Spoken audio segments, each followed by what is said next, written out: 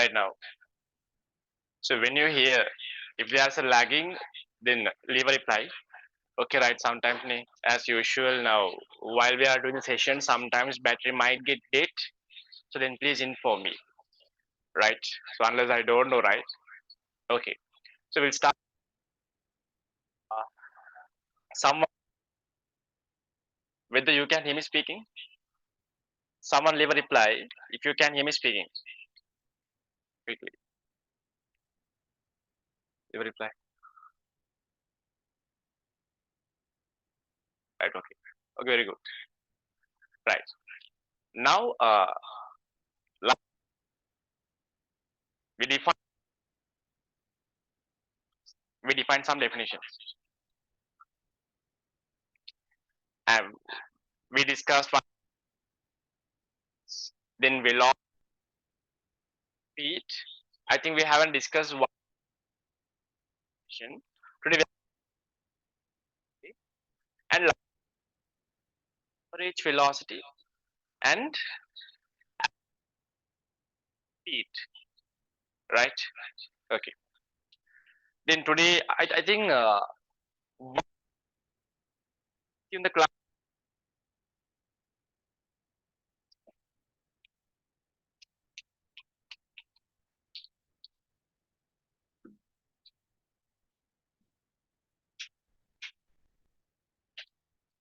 Wait a minute.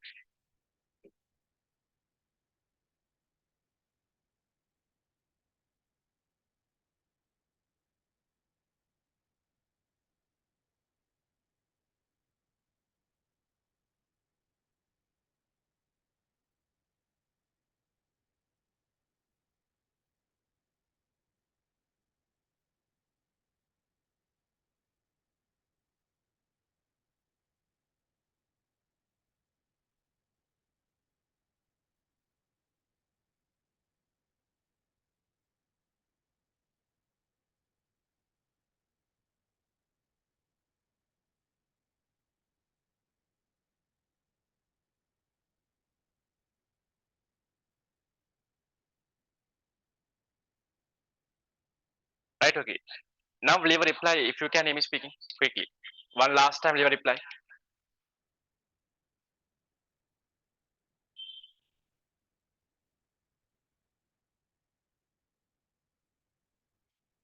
Right. Okay. Now reply. What was the last question that we discussed in the class? The last question that we discussed.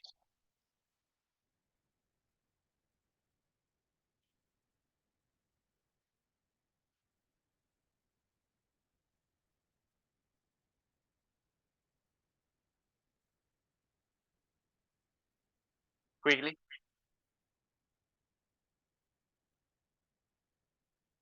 The question that I discussed in the class. The last question.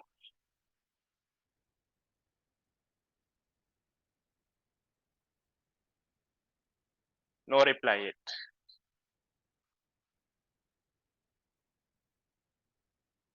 Question number 4. Right. Now fourth one I discussed. Then first of all we'll discuss question number 5, 6, 7, 8, 9, 10, and yeah 19.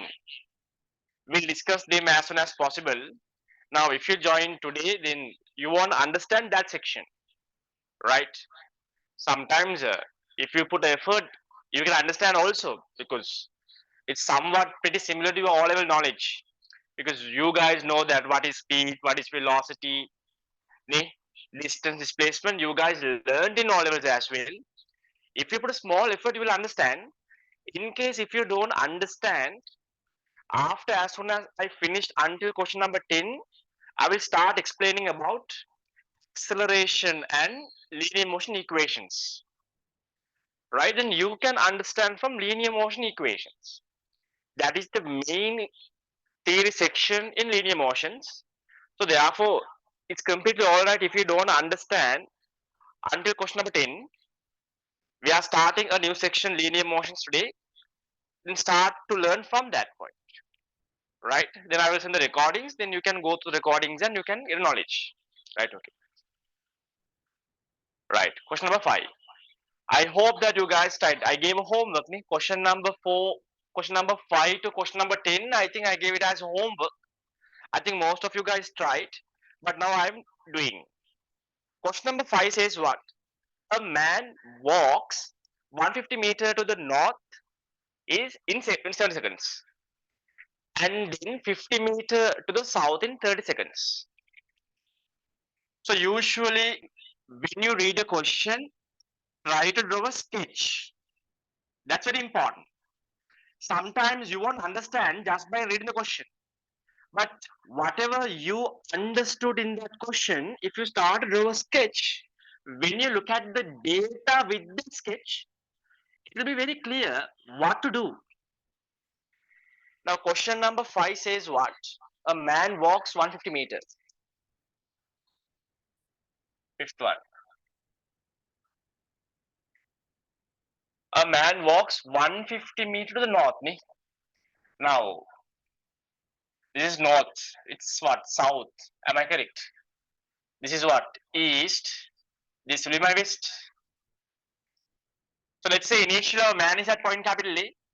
Man is at point capital A. 150 meters north. 150 meters. Right? Let's say point A to point B distance is 150 meters. 150 meters. Time taken to move this 150 meter is about 70 seconds. Time taken is 70 seconds. Right? Then they mentioned 50 meter again to the south. After reach point capital B, man walks again to the south 50 meters and coming down. Is coming down 50 meters to the south. This point C. B to C distance is how much? 50 meters. Time taken to move from B to C is about how much? 70 seconds. Sorry, 30 seconds. 30 seconds.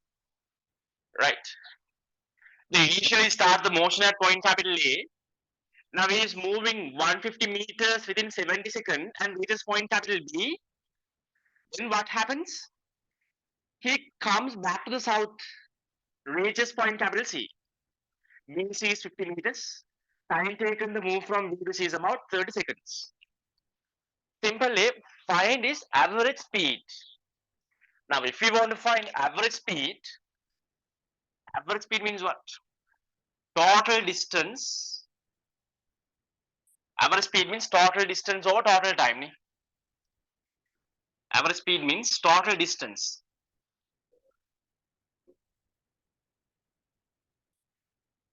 Total time.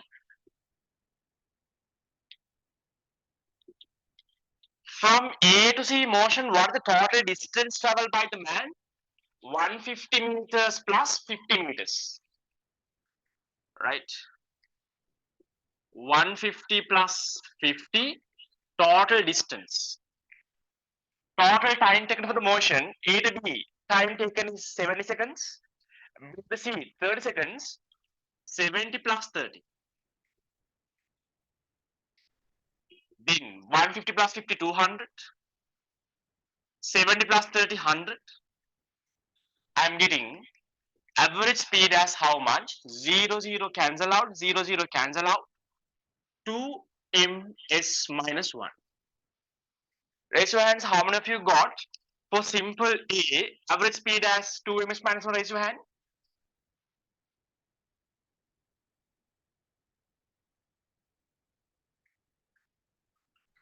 How many of you understood? Raise your hand. Understood. Understood? Raise your hands. Now they are asking what? Simple B, they are asking average velocity. Simple B, we want to find average velocity. Average velocity means I explained on last day. Total displacement over total time. Total displacement over total time. Total displacement, not distance, displacement. Total time.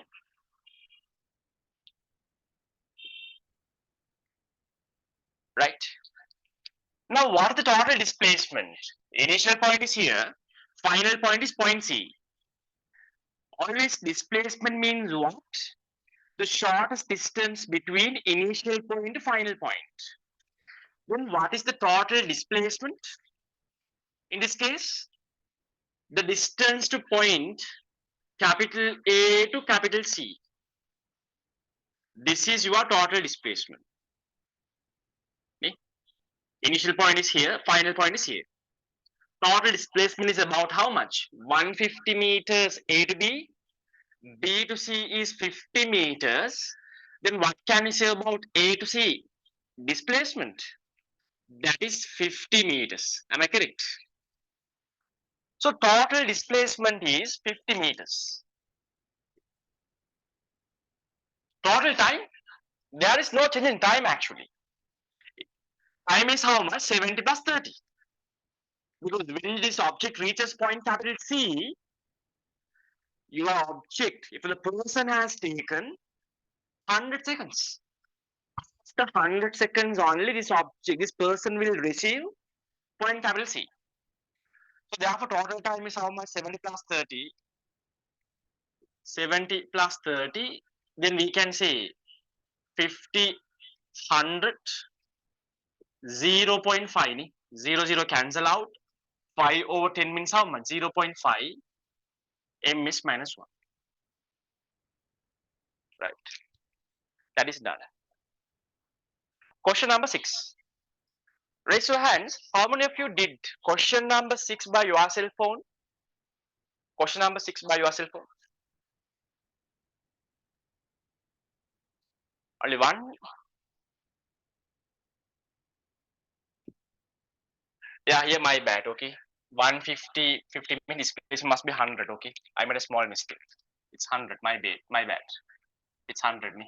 Yes, 100. It must be 100, okay, my bad. Then answer is 1 second, okay, my bad. It must be 1. Yes. Right, my bad. Yes. Then question number 6. Look at it. I'm erasing the board.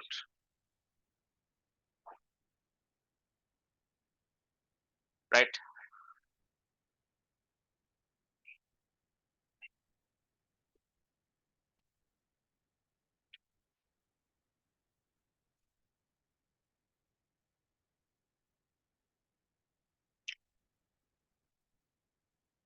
Six says what? A train travels 50% of its journey at a speed of 10 ms minus 1. A train travels 50% of its journey at a speed of 10 ms minus 1. Okay. And the rest of the journey is traveled at a speed of 15 ms minus 1. What is the average speed of the train during the entire journey? Now, if I want to find average speed, I need to find the total distance and I want to divide total distance by total time. That's the idea. Now, first of all, I thought to draw a rough sketch, including all the given data. Train travels 50% of its journey. Sixth one.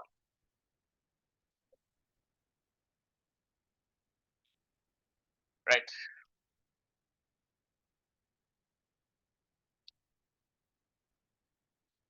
Now it is our train.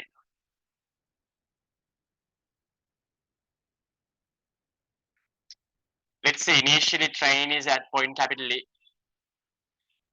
Train is at point capital A. Then train will be at point capital B.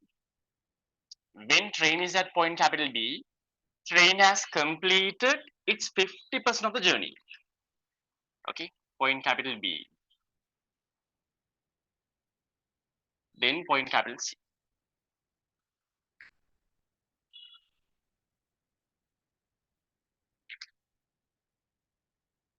Point capital C.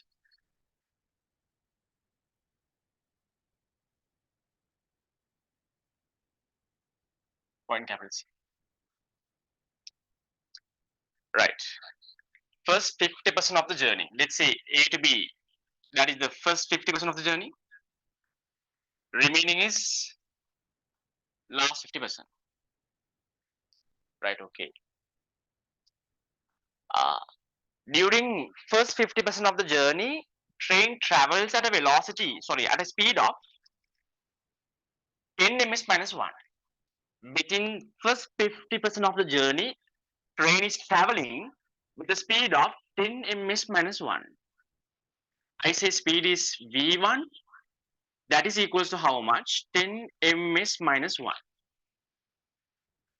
The next 50% of the journey, this train is traveling with a speed of 15 ms minus 1. I say v2, that is equals to how much? 15 ms minus 1. A to B motion is constant speed motion. B to C motion is constant speed motion. Right? But what's my goal? My goal is I want to find average speed. If I want to find average speed, I want to know total distance. And I must know total time. Total distance or total time.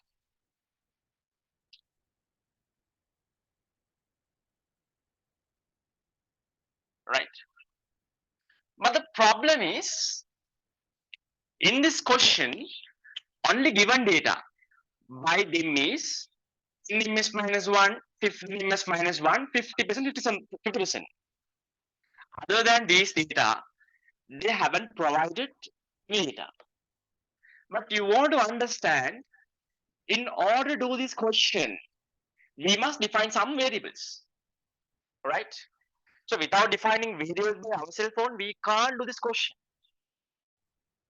Now, for an example, now we must know the time taken for this train to move between A to B. We should know the time taken for the train to move from B to C. Because if you want to find total time, but they haven't provided any time.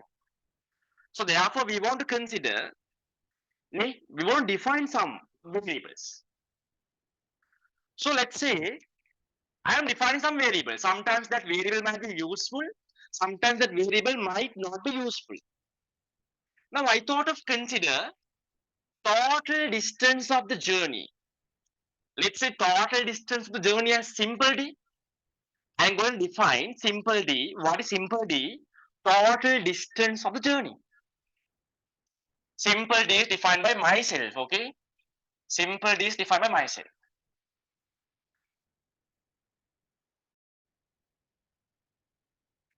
So I take some time and I'm explaining because it's important as we are getting to these what simplifications. So I take some time and explain. With the time, we are reducing the steps of explanations. Right. So everyone leave a reply. If I consider total distance of my journey as simple d, what is the distance between b? Leave a reply. What is the distance between A to B? Leave a reply. What is the distance between A to B? Leave a reply. Quickly, everyone leave a reply. What is the distance between A to B? If I consider total distance of my journey, A to C is simple d, I'm asking, what is the distance? Leave a reply. I'm expecting answers from others as well.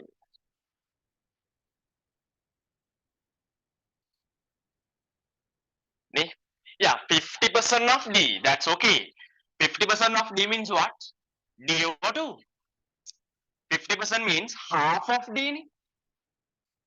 Now, if you have a pizza, if you say that give me 50% of the pizza, what is the meaning? Give me half of the pizza. If total distance is simple D, next 50% means what? Half of the distance, D over 2. So D over 2. D is how much? D over 2. D to C? D over 2. right? And also I say that time taken for this train to move from A to B is simple T1. Time taken for this train to move from B to C is simple T2. If I ask question from you, now currently, what are the variables? If not, how many variables I define right now? Let me reply. If I ask from you, how many variables defined by myself right now? Let me reply. How many variables?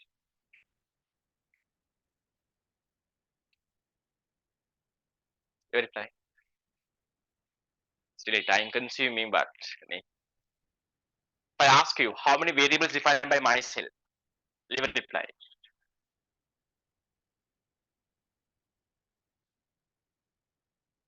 Now, currently, by looking at this diagram, you are able to answer. How many variables defined by myself? How many? How many variables defined by myself?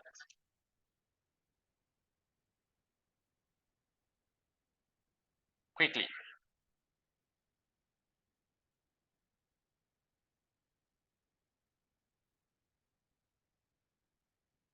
How many? There are three variables. Very good. Simple D is defined by myself. Simple T1 defined by myself. Simple T2 defined by myself. There are three variables defined by myself. Understand, when you are doing a question, it's completely already defined any number of variables. If you feel that these variables are important to do this question, you can derive plenty of variables. That's completely all right. But you want to understand at the end, at the final answer, whatever the variable defined by yourself should not be included. In your final answer should be only in terms of given variables. Our currently given data is 10 and 15. So therefore, when you are continuing the steps of this question, it's completely all right to define the variables. It's completely all right to have the variables defined yourself. But at the final answer, your final answer should not include any variables defined by yourself. That's very important. So how many of you understand what I'm saying? Raise your hand. How many of you understand what I'm saying? Raise your hand. How many of you understand what I'm saying? Right, okay. Then variable defined by myself is what? Simple T1 and simple T2, simple D. Right. Okay. Now I want to find average speed. Average speed means what? Total distance or total time. What is my total distance? A to C distance. That means simple D. Total distance is simple D. Simple D. Total time. Total time taken to move from A to B is T1, B to C is T2. Total time is T1 plus T2. But you know that we can't accept this as our final answer, right? Even though you obtain an equation for, you obtained a result for average speed, we can't accept this as a final answer. Why? Simple D, simple T1, simple T2, all are defined by myself. Right now I told you that your final answer should not include the variables defined by yourself. Then what you want to do? Somehow, by following the steps, somehow you want to remove, if not, you want to eliminate these variables defined by yourself. Right? I hope all of you understand up to here. So I say this as equation one. Average speed. Average AVG, average speed. This will be my equation one. Right? Now my current goal is I want to remove these variables somehow. Then I thought of consider, now they have given time, that they have given speed. Speed between A to B is 10 ms minus 1. I thought to consider A to B motion. If I consider A to B motion, A to B motion, right? Then I can apply what equation? We learned speed equals what? Distance over time. We know speed equals what? Distance over time. Speed equals distance over time. If I substitute, what's my speed between A and B? 10 meters minus 1. What's my simple D? Distance between A and B is how much? D over 2. D over 2. D over 2. Time taken, simple T1. Simple T1. Right? Now, if I subject simple T1, I can write down simple T1 as what? D over 2. D over 2. If I bring this 10 to here, D over 20. Time is equal, T1 equals what? D over 20. This will be my equation 2. How many of you understand this one? Raise your hand. Understood up to here? Right. Then if I consider B to C motion,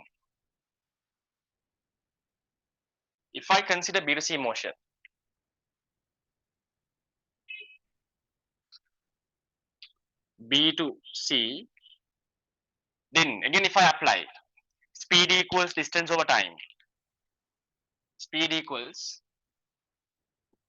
distance over time. What's my speed?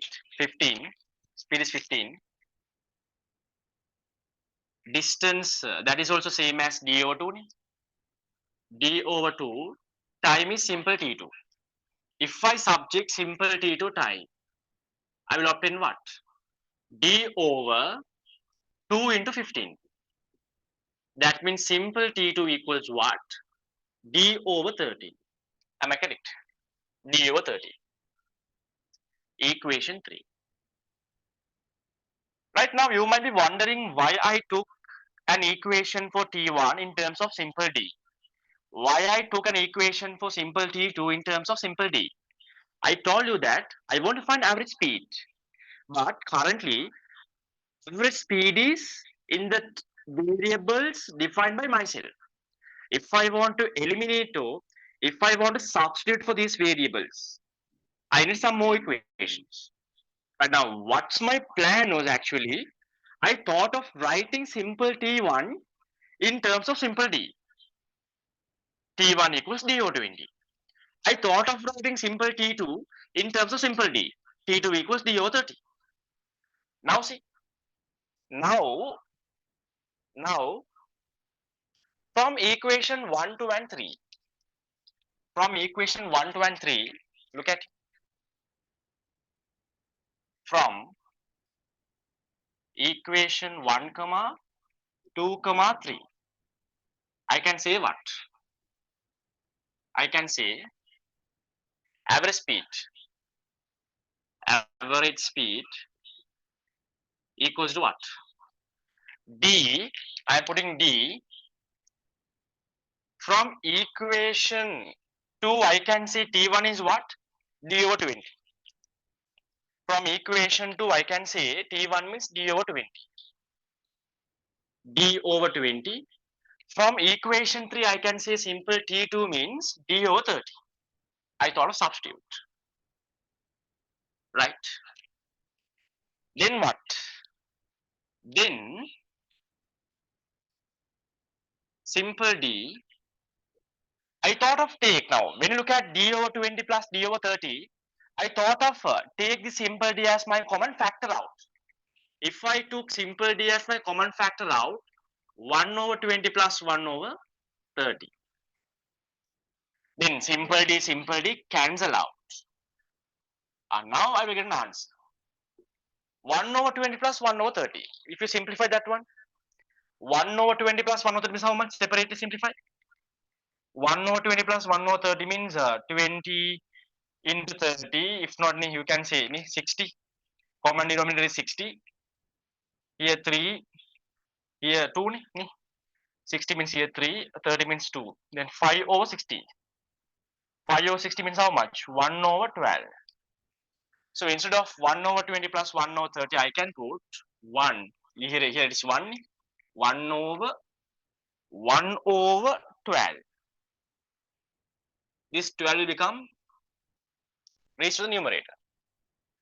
Then I will obtain average speed as 12 ms minus 1.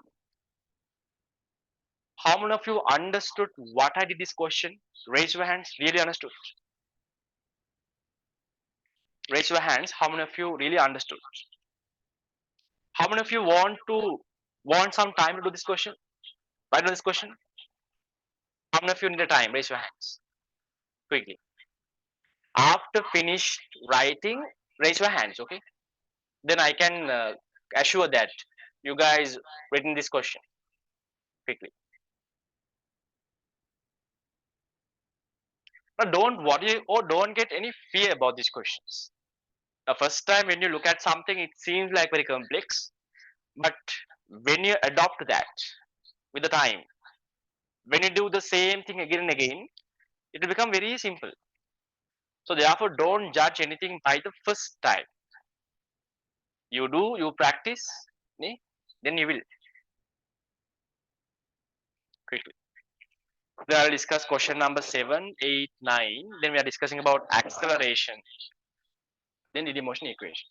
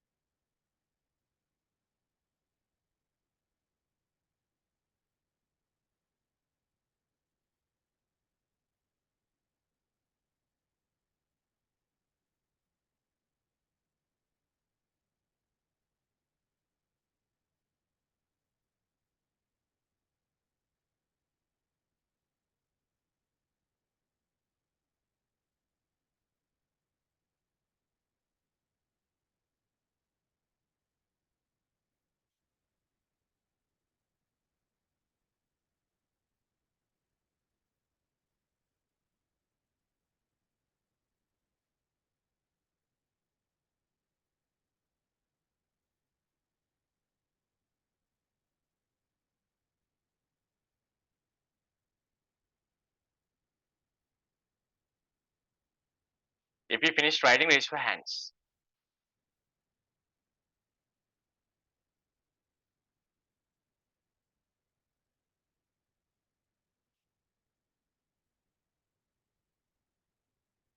Right, okay. The next question. Now question number 7 says what? A child runs at a speed of 45 ms minus 1 on a straight road from his home to school and returns to his home at a speed of 2 ms minus 1. What is the average of his speed? What is the average of the velocity? Look at it. Now that is easy, right? I'll erase the boat.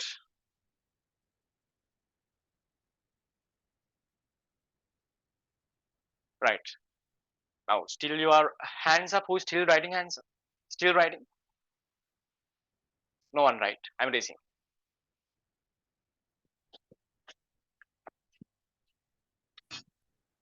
Now next question.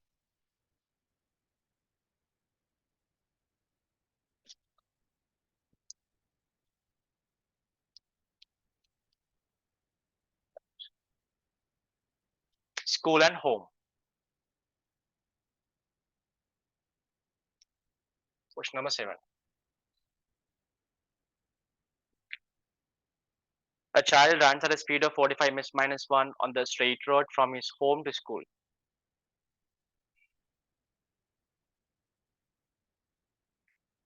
Okay.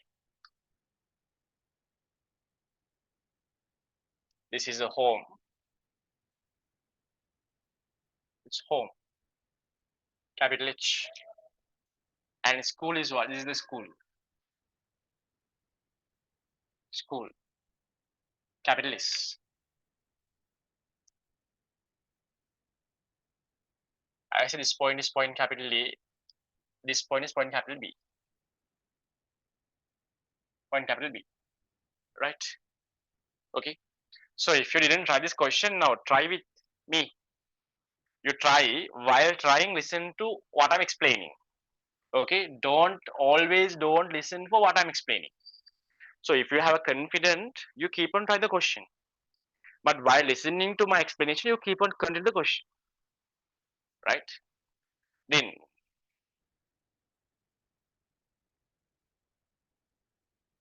45 ms minus 1, home to school. Right? 45 ms minus 1. I say V1. 45 ms minus 1.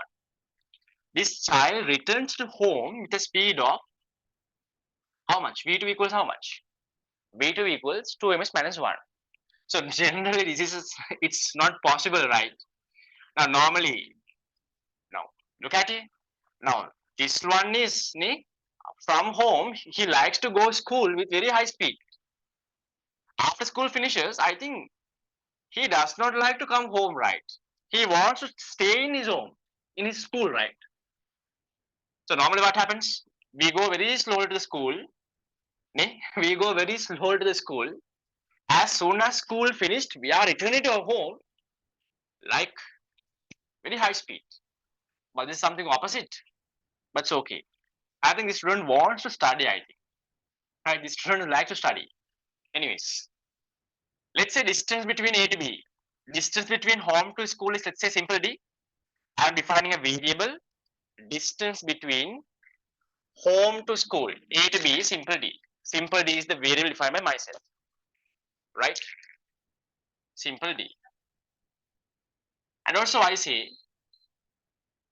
time taken for the child to move from home to school is simple T1. My second variable, I define. Time taken for this child to come back to the home again from school, simple T2. T1, T2, simple D. Right? Now, if I want to find average speed, same idea. If I want to find average speed, what we do? Total distance divided by total time. Now, I want to find average speed.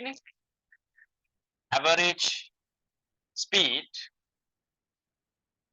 total distance, total time. Now, what is total distance? Child leaves from the home, went to the school, and again comes back to the home. And total distance traveled by home to school simple D, again school to home simple D. Total distance is 2 simple D. Total distance 2 simple D.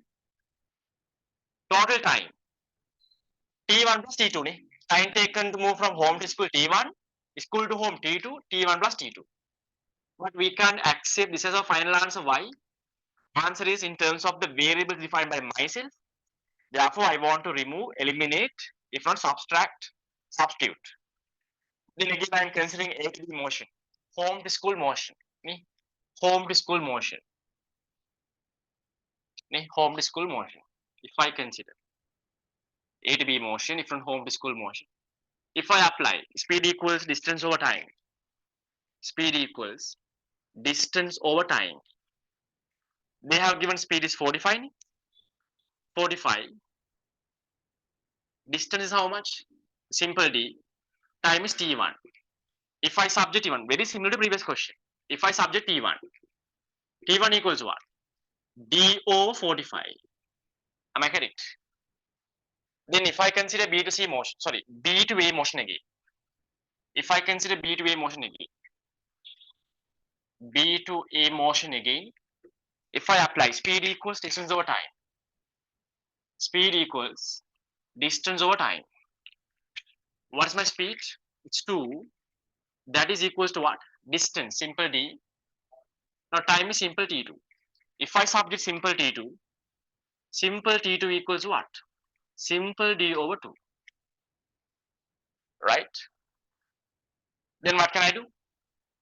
I say this as equation 1. This is my equation 2. This would be my equation 3.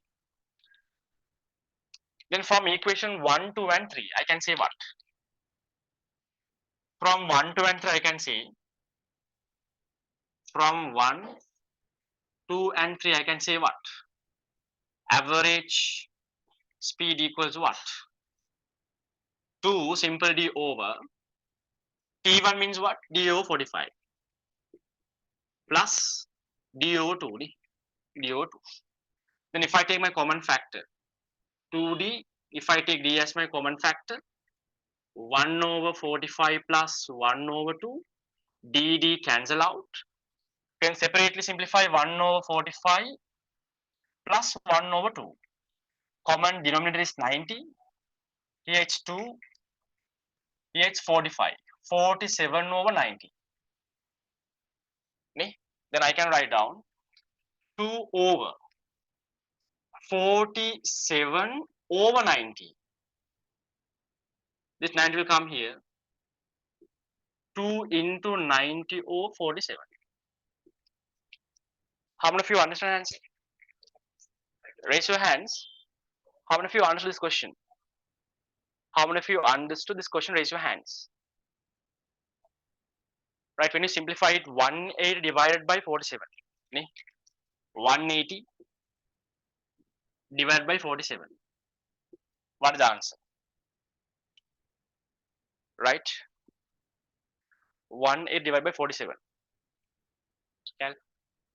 Please, you guys don't use a calculator, okay? Now you must be very fluent by using logbooks. So therefore, now this is online classes. Even it's online classes, don't use calculators. It makes you very slow. So always try to simplify very hard simplification using log. That's very important, right? 180 divided by 47. As time is we have a limited time. Therefore, I'm using calculator, but you guys don't use calculator, right? 3.83 ms minus 1. 3.83 ms minus 1. 3.83 ms minus 1. Right? This question also done. Okay. 7th one done. 8th one. Okay, I will discuss question number 8 later. Question number 9, simple D. Question number 9, simple D. Look at it. Question number 9, simple D. Simple D. Raise your hands. How many of you tried question number 9, simple D? Tried. I don't need your answers. I don't want to know whether you got the final result or not. I don't mind. What I want is you tried. Raise your hands. How many of you tried question number 9, simple D? Tried. I tried. Only 2. Only 2 tried. Okay. I'll explain. I'll explain.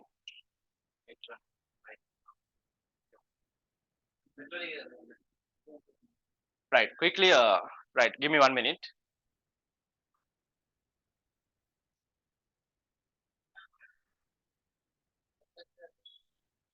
Right. 9th one. How many of you copying this one answer? How many of you copying this one? Raise your hand. Copying this one. Right? No one, right? Okay. I'm erasing the board.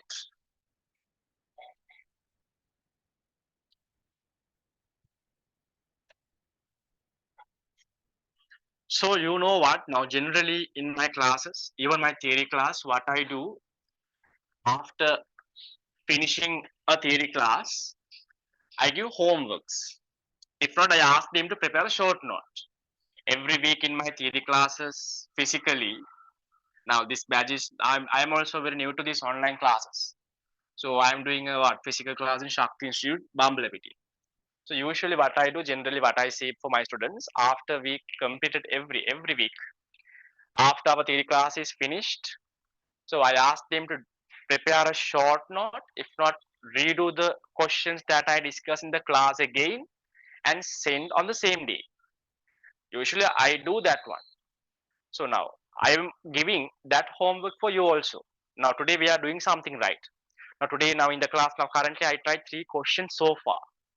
So whatever the questions I discussed today, within today itself, now I know class might be finishing at 10:15, and you are a new batch, 25 batch, you are very fresh for this areas also.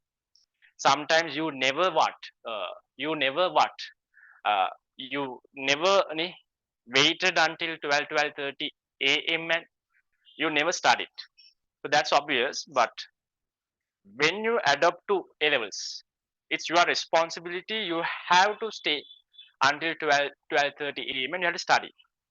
So forcing you guys right now is not good thing. I know we just started classes. Now we started classes exactly 1 month before. So then forcing you guys to do work is not a good thing. I know that. But saying something, giving homeworks, giving deadlines is my responsibility. Right? Students who like to work, they will work according to the deadlines. Ne? If I ask them to send the homeworks before today night, then they must send. They usually send. So therefore, today onwards, I am giving homeworks. So mostly, you want to read the questions. If not, you want to write down a short note and you want to send me. Okay, today I will give homework. So thus before class finishes, I will tell you what you want to do. Uh, Always, I say that if you want to go for a result, getting capital A result in physics is not that much easy. But I don't say that it's very difficult. It's complex. Complex means not difficult. So don't you misunderstand. Difficult means something it's very what the to approach that it's really very hard. Complex means not difficult.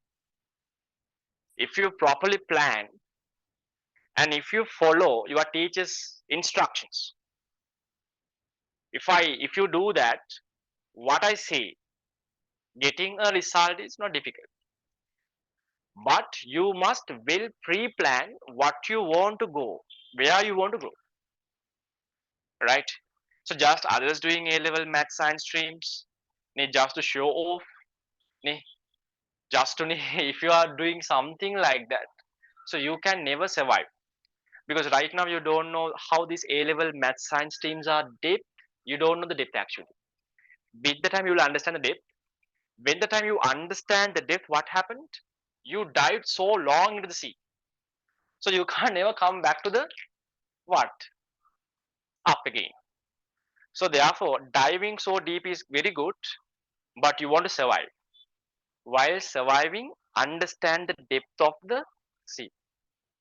If you want to understand the depth of the sea while surviving, I say that start from now, right? Some people think that okay, now just we go for the theory classes and we will start studying just before 1 year for the exams. That will never happens, right? Therefore, you must have a well plan, proper plan. If we don't miss the classes, right?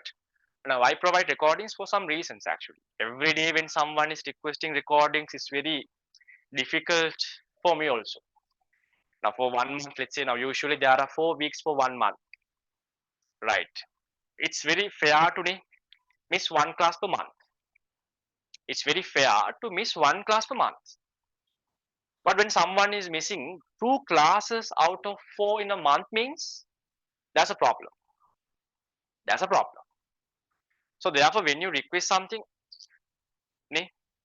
I see your reason behind that because I'm not committed to give recordings actually.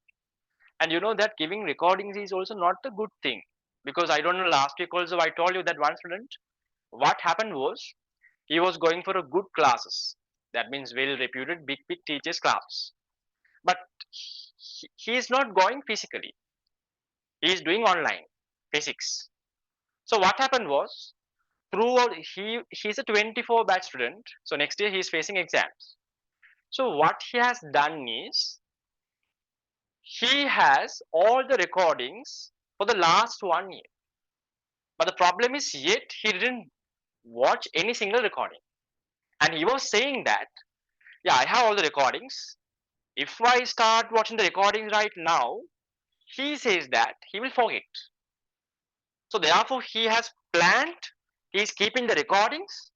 So just before 5, 6 months before the exam, he is saying that he is going to watch all the recordings. But the interesting thing is he is going for very huge, good schools, DSN and like very big schools. I'm wondering about the mentality of some students. Just by watching all the recordings, will he able to go for result? At least capitalist result? He can't. Even bright students, they struggle to get for a result. So therefore, please, always I say that don't what addict to get recordings. That's not good. You might have plenty of reasons and you can justify, sir. I had to go there. I have to go there. And because of this, I can't. But always don't do that. Right? Once a month is completely all right. In but twice a month is not good. But if it is valid reasons, then I must provide. Other than that, it's a problem. Okay. Okay. Right. Okay. During the movement of a car. So we'll take a break now. We'll take a break. We started at what 7:25. We'll take a break at 7:50 some 8:50 something. Okay. So we'll discuss these questions and we'll define what is acceleration. Then we'll take a break. Then we can start linear motions. Okay. So they have to keep your focus. Right. During the movement of a car, 1/3 of the time is spent at v1 speed. Other 1/3 of the time is spent at v2. Remaining 1/3 of the time at v3 speed. Show that the average speed of the vehicle is v1 plus v2 plus v3/3. It's easy. It's easy. Question number 9, simple D.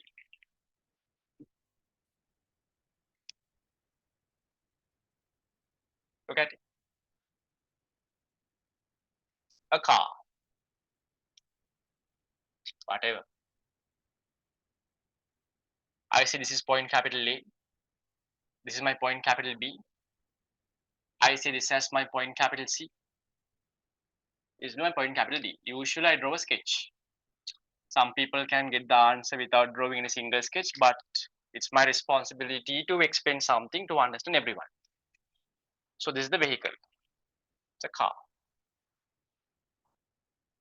It's a car. Beautiful car. Nice car. Right. It's a car. Now let's say now I'm defining the variables. Right? I define total time taken for the motion. Total time taken for the entire motion is simple T. If I say total time taken for the entire motion is simple T, they mention 1/3 of the time. That means simple T over 3. Total time taken for the motion is simple T. 1/3 of the time is moving under speed of v1.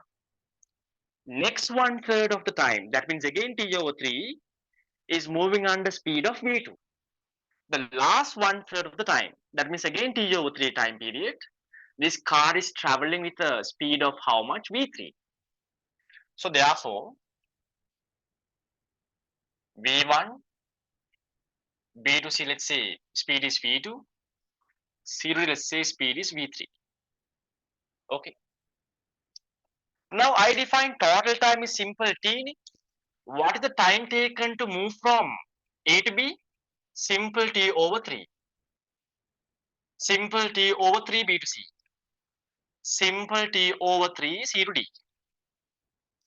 So always remind one thing. Just by looking these questions, it seems like you understand everything. But when you read this question again only, you will understand whether you understood or not. So therefore, I always say that even class finishes, I know class finishes at 10:30, but sacrifice 1 hour. Sacrifice 1 hour and read the questions same day itself. So when you read the question same day itself, you can what? Have confidence. You can assure whatever I learned today, you understand. So therefore, follow that instruction. Follow that, right? And then what I want to find, I want to find average speed. I know average speed means what? Average speed means total distance, total time, total time. My total distance is I don't know, right? I want to define more d1 plus d2 plus d3 total distance. I say I'm defining A to B distance as d1, B to C distance as d2, d3. And then how many variables defined by myself? This is very important. Always in a question you understand What are the variables defined by yourself? What are the variables defined? What are the variables given in the question? If you have a proper understanding on that, doing a question and getting an answer is not complex. Now look at it. In this diagram, what are the variables and how many variables defined by myself? I define simple D1, D2, D3 and simple T. I define 4 variables. What are the given variables? Given data, V1, V2, V3 given data. So finally my final answer must only include in terms of V1, V2, V3. Why? Because V1, V2, V3 is given data. All this D1, D2, D3 simple T is defined by myself. Why I define? Without defining them, I can't do the simplification. Let's understand that one. Then there is no problem. Okay, right. Now total distance. D1 plus D2 plus D3. D1 plus D2 plus D3. Total time. Simple T. T over 3 plus T over 3 plus T over 3 means simple T total time. But we can't accept this as our final answer. Why? Answer is only in terms of the variables defined by myself. I consider A to be motion. Same thing we are repeating. If I consider A to be motion, if I consider A to be motion, A to B, if I apply what? Speed equals distance over time, then I can say what? I can say what? Speed is what? V1, speed is V1, distance D1, time is simple T over 3. Time is simple T over 3.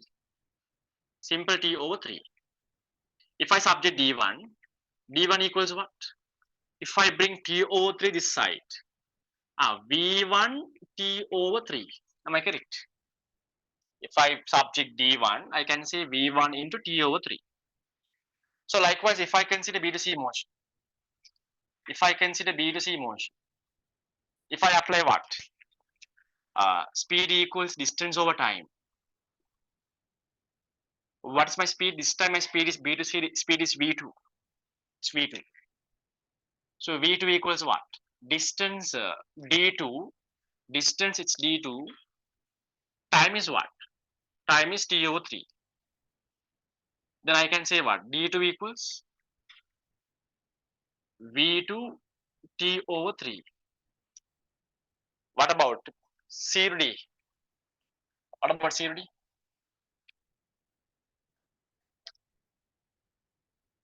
C to D. Speed equals distance over time. Speed is what? V3. V3 equals, don't think these are very complex. These are not complex. When the very first time when you start this simplification, you might feel it's complex, but it's not actually complex. Distance is what? D3. Time is what? T over 3. T over 3. Subject D3. Then D3 equals what? V3 T over 3. I say this as my equation 1. If I say this as my equation 1, this is my equation 2, equation 3, equation 4. From equation 1 to 3, 4, what can I say? I'm going to substitute. Instead of D1, I'm going to substitute this one. Instead of D2, I'm going to substitute this term. Instead of D3, I'm going to substitute this term. That's it. Then I can say what? I can say from 1, 2, 3, and 4. What can I say? I can say average speed equals what? Average speed, that is equals to what? D1. V1 T over 3. V1 T over 3. D2. V2 T over 3. D3. V3 T over 3 over simple T. Over simple T. What I want to prove actually? Now I want to prove average speed as, now they have given the answer. We want to prove average speed as V1 plus V2 plus V3 over 3. We want to prove our final answer as this one. But I got something like this. Now when I consider V1 T over 3, V2 T over 3, V3 T over 3, I can take T over 3 as my common factor. If I take T over 3 as my common factor, T over 3 as my common factor, I can get V1 plus V2 plus V3 over simple T. Simple T cancel out. Finally, I will obtain what? Average speed as what? V1, V2, V3 over 3. Series. How many of you understand? Raise your hand. How many of you understand? Raise your hand. How many of you understand? Raise your hand. Right, okay. So then, how many of you need time to copy down this one? Raise your hand. How many of you need time to copy down this one? Need time. If you finish copying this quickly, don't take so much of time because we can't give so much of time. Quickly copy down. Then raise your hand. Then we'll discuss 10th one. How many of you tried? Okay, we'll discuss then 10th one. Then we are going to acceleration. If there is any connection issue, leave a reply. Otherwise, I don't know.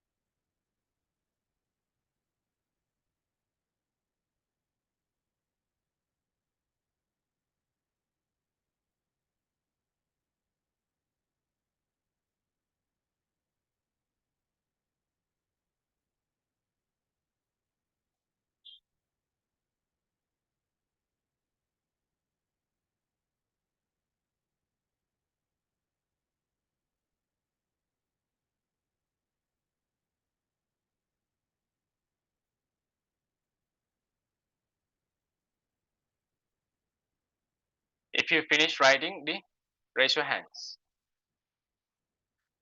Right, okay.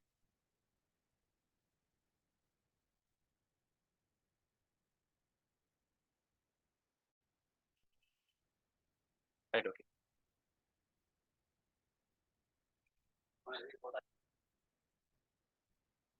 Okay.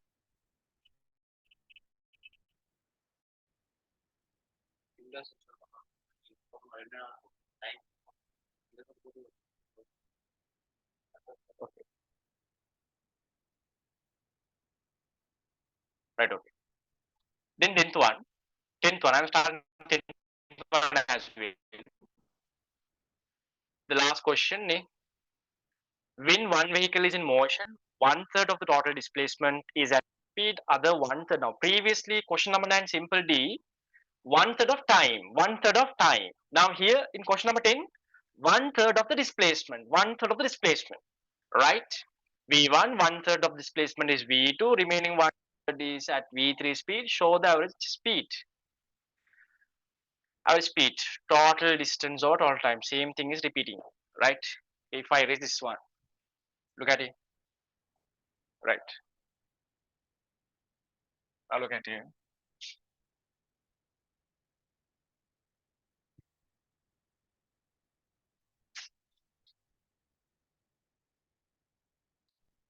Now this time,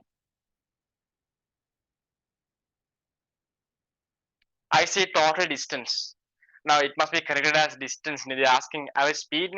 In that question, instead of displacement, it must be distance, distance, distance. One third of distance. One third of distance. Okay. Right. Now Let's say total distance is simple d.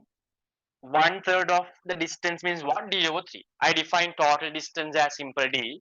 That is defined by myself. Then this one is d over 3. B to C is d over 3. C to D over 3. And also I define time between A to B is T1, B to C T2, and C to D T3. The same idea, average speed means total distance over total time. Total distance over total time. Average speed equals total distance over total time. Total distance means d over 3 plus d over 3 plus d over 3. That means simple d. Total time means what? T1 plus T2 plus T3. T1 plus T2 plus T3. Right? But you know that d, T1, T2, T3 all are what variable defined by myself. Separately considering each motion, A to B motion, B to C motion, C to B motion, separately considering. If I separately consider A to B, A to B, if I apply what? Speed equals distance over time. Same idea. Speed equals distance over time. Then look at it. What is my speed? It's V1. What is my distance? D over 3. This time distance is D over 3. Distance D over 3. Time taken is simple T1. Simple T1. So I thought of write T1 in terms of this variable. If I subject T1, T1 equals what? D over 3V1. So likewise, if I consider B to C,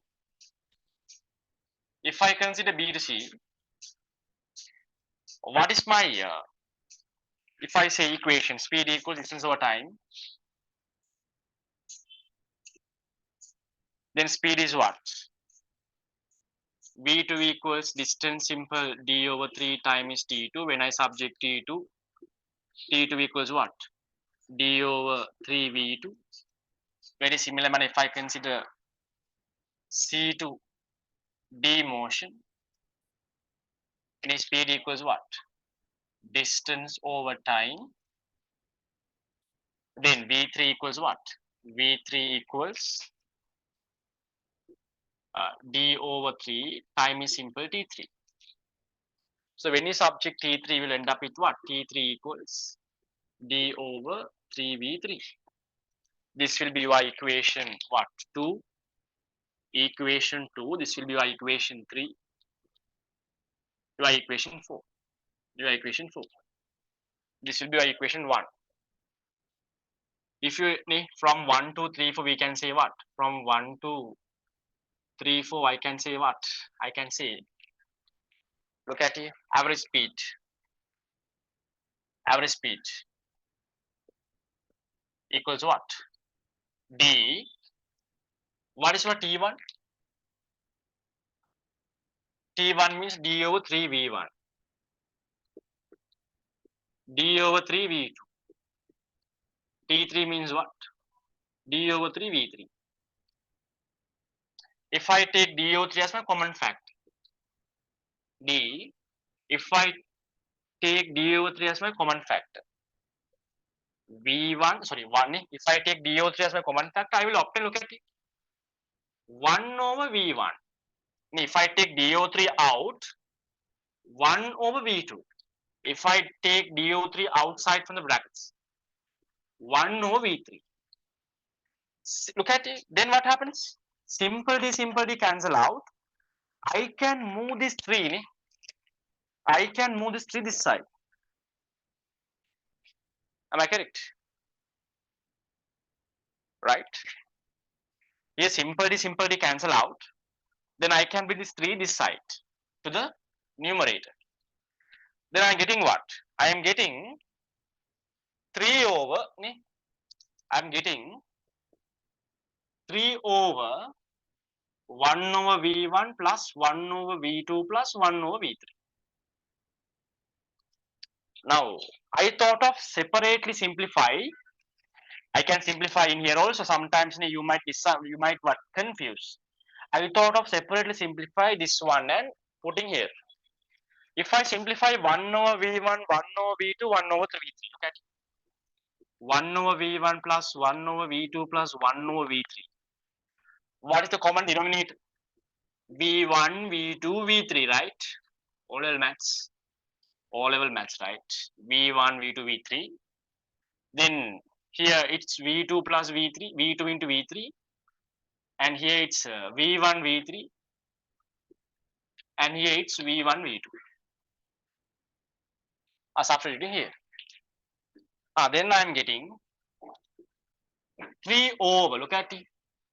V2, V3, V1, V3, V1, V2 over V1, V2, V3, it will come to numerator. How many of you understand? Raise your hands. After everything is very clear, raise your hand. Everything is very clear, raise your hand. Everything is very clear. Raise your hands. Understood. Raise your hands. How many of you understood?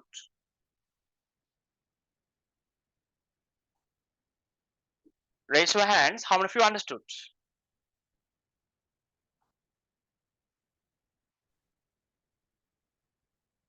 Okay.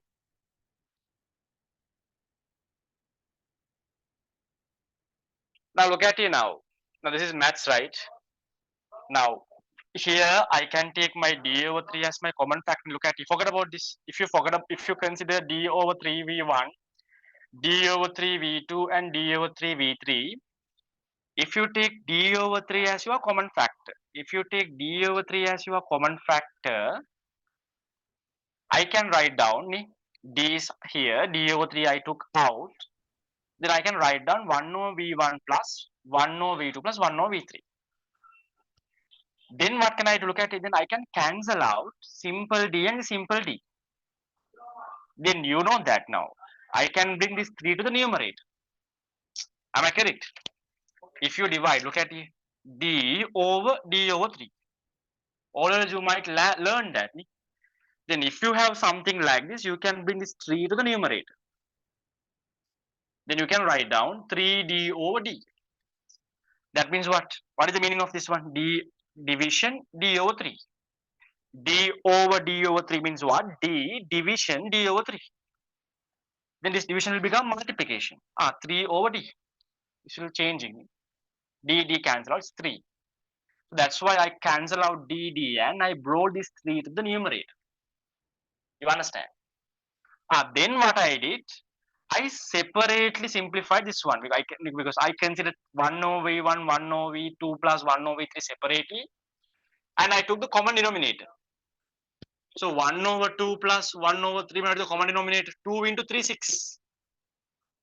Likewise, I took my common denominator as v1 into v2 into v3.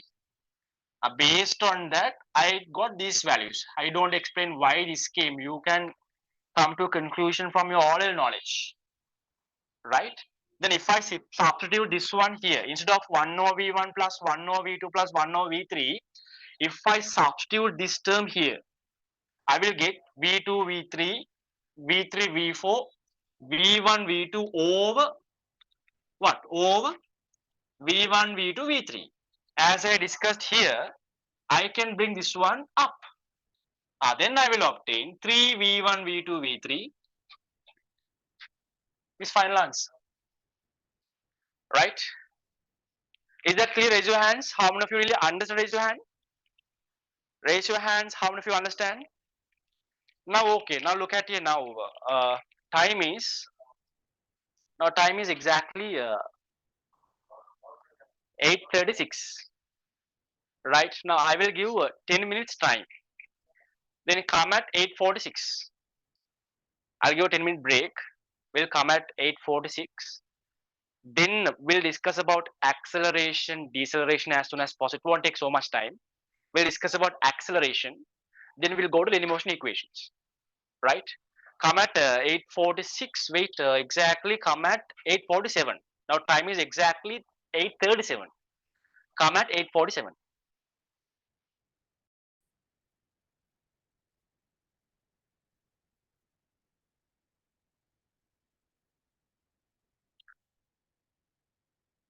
Right. Someone leave a reply. If you can hear me speaking, leave a reply in the chat box. Leave a reply.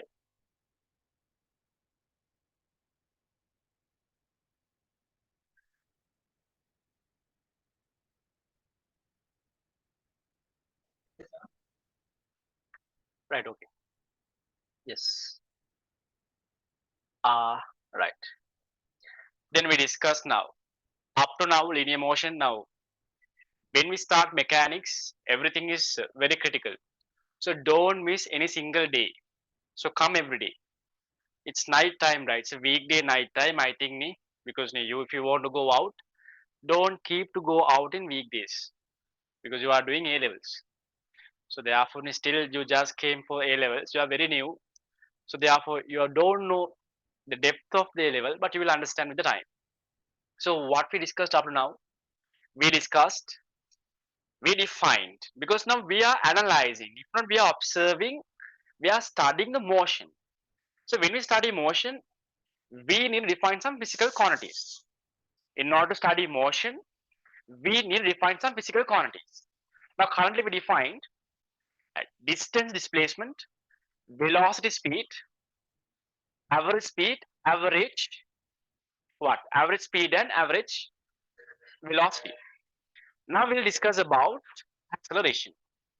Put your main topic, acceleration inside the bracket simply. Acceleration inside the bracket simply. Write down, write down. Red color pen, red color pen. The rate of change in velocity. The rate of change in velocity, blue color pen, is defined as acceleration. Is defined as acceleration. So there is another definition as well. Again, another definition. Red color pen, red color pen.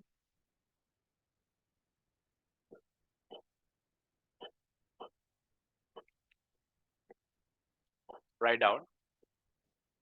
The change in velocity per unit time. The change in velocity per unit time.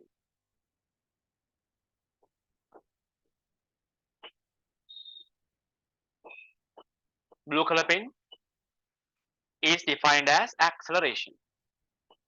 Is defined as acceleration. Right. Then now just look at the second definition. Second definition says that change in velocity per unit time. Change in velocity per unit time is defined as acceleration. For an example, look at it. Now there's an object. Let's say, let's say initially object velocity is capital V1. After some time later, after smaller time later, let's say initially means when t equals 0, velocity of this object is V1. After simple t time later, let's say velocity of this object is V2, V2, right? Now suppose if it is acceleration, understand velocity must be changing.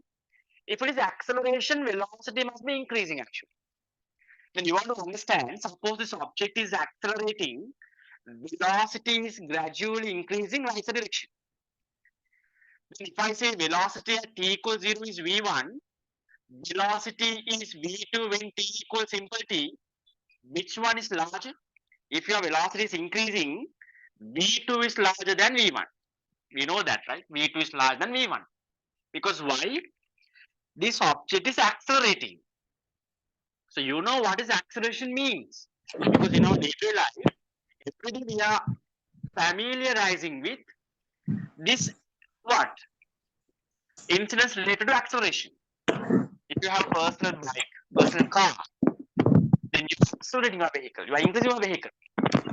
You have the experience. But you know what is acceleration means, but you never learned the concept of acceleration as theory. That's the difference. Right? Now, how we define acceleration? Acceleration means what? We define it as a change in velocity over change in time. If not, we say that velocity over time. Velocity over time. Write it with me. Write down with me. Acceleration means simply velocity means capital V. Time is simple T. Main equations. Highlight these things. If not, we say another way. Acceleration means change in velocity over change in time. Change in velocity over change in time. Change in time. I explained if you want to mention change in, we are using a symbol capital delta. Change in velocity. Delta V. Change in time. Delta T. Acceleration.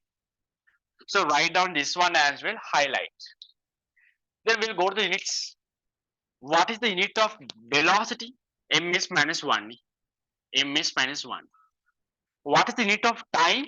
Time is measured in seconds. Then what is the unit of acceleration? Units of acceleration. M is minus 2. Right? Units of dimensions of acceleration. Dimensions of acceleration. That means simple A box bracket. Dimension of velocity. Dimension of time. What are the dimensions of velocity? LT minus 1. LT minus 1. Dimension of time is capital T. LT minus 2. Acceleration is a vector. If you finish writing, raise your hands. Everyone, if you finish writing, raise your hands.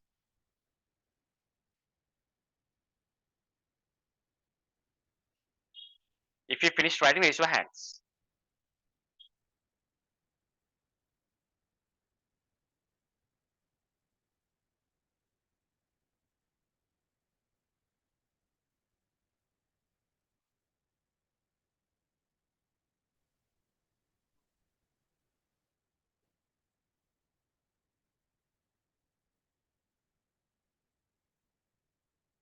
If you finish writing, raise your hands.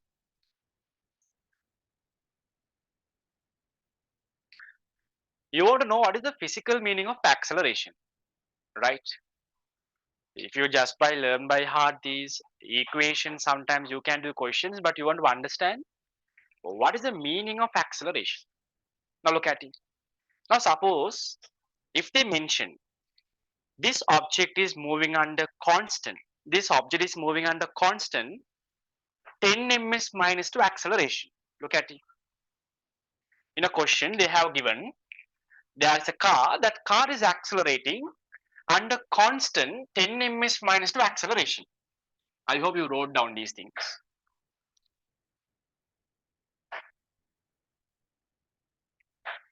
Now there's a car.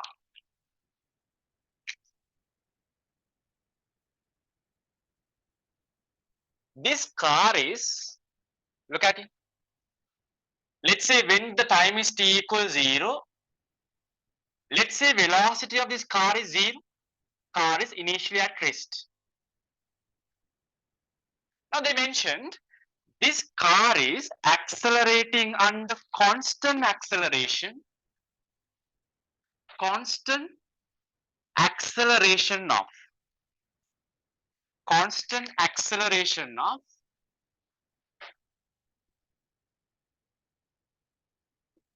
10 m is minus 2.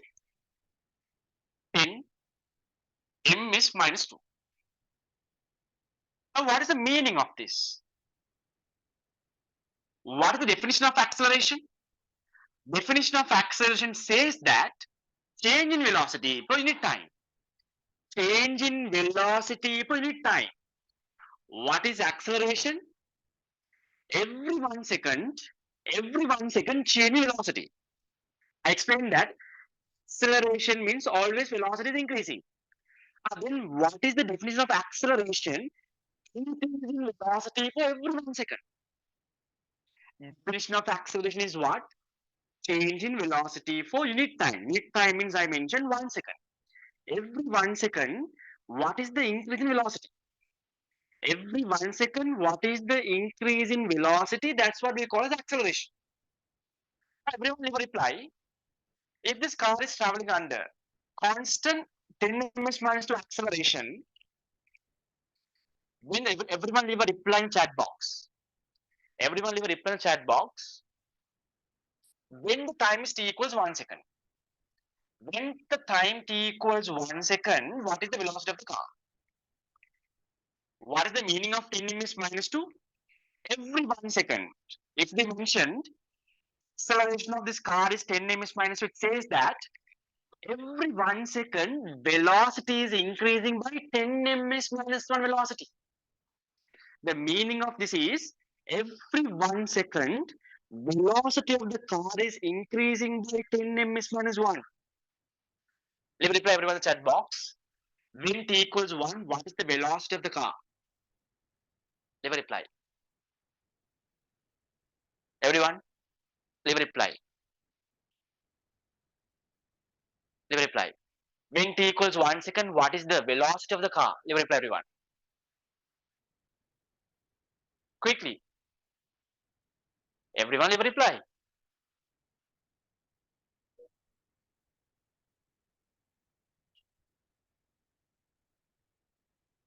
Ten ms minus 1. 10 ms minus 1. When t equals 1 second, velocity is 10 ms minus 1. Then the time is increased by another 1 second. That means when the time is t equal to 2 seconds, velocity is increased by 10. Look at the velocity. Now velocity will be 20 ms minus 1. What is the meaning of acceleration? Every 1 second, velocity increases by 10 ms minus 1. Every 1 second, velocity increases by 10 ms minus 1. When t equals 0, t equals 1 second, velocity increases by 10, 10 ms minus 1. T equals 1 to t equals 2 second, velocity increases by 10, t equals, when t equals 2, velocity is 20, 30, 40, 50. That's the idea of acceleration. So if you want, you can put this as additional knot, additional knot, additional knot. Quickly. Quickly write down additional knot. Then I will discuss about deceleration and I will quickly go to linear motion equations. If you finished writing, raise your hands. If you finished writing, raise your hands. If you finished writing, raise your hands. If you finished writing, raise your hands.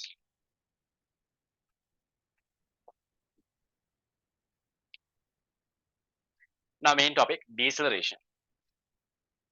Deceleration. Deceleration. Now acceleration means velocity is increasing to a particular direction. Acceleration means velocity is increasing to a particular direction. Now put your topic, deceleration inside the bracket minus simple a. I will explain why it is minus deceleration inside the bracket minus simple a.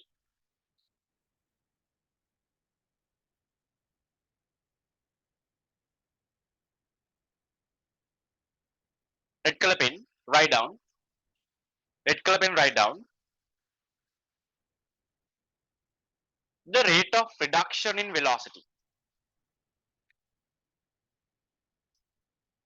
The rate of reduction in velocity. Blue color pen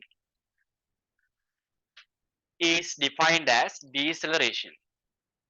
is defined as deceleration. Okay.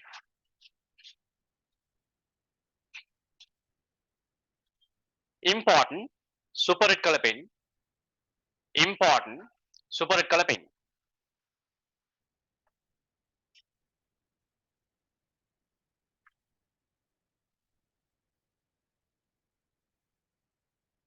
Write down. Super red color pen. Deceleration is always negative acceleration. Deceleration means deceleration is always negative acceleration.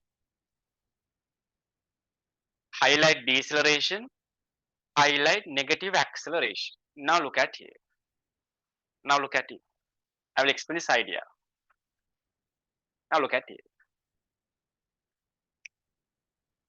Now look at it. Now look at it.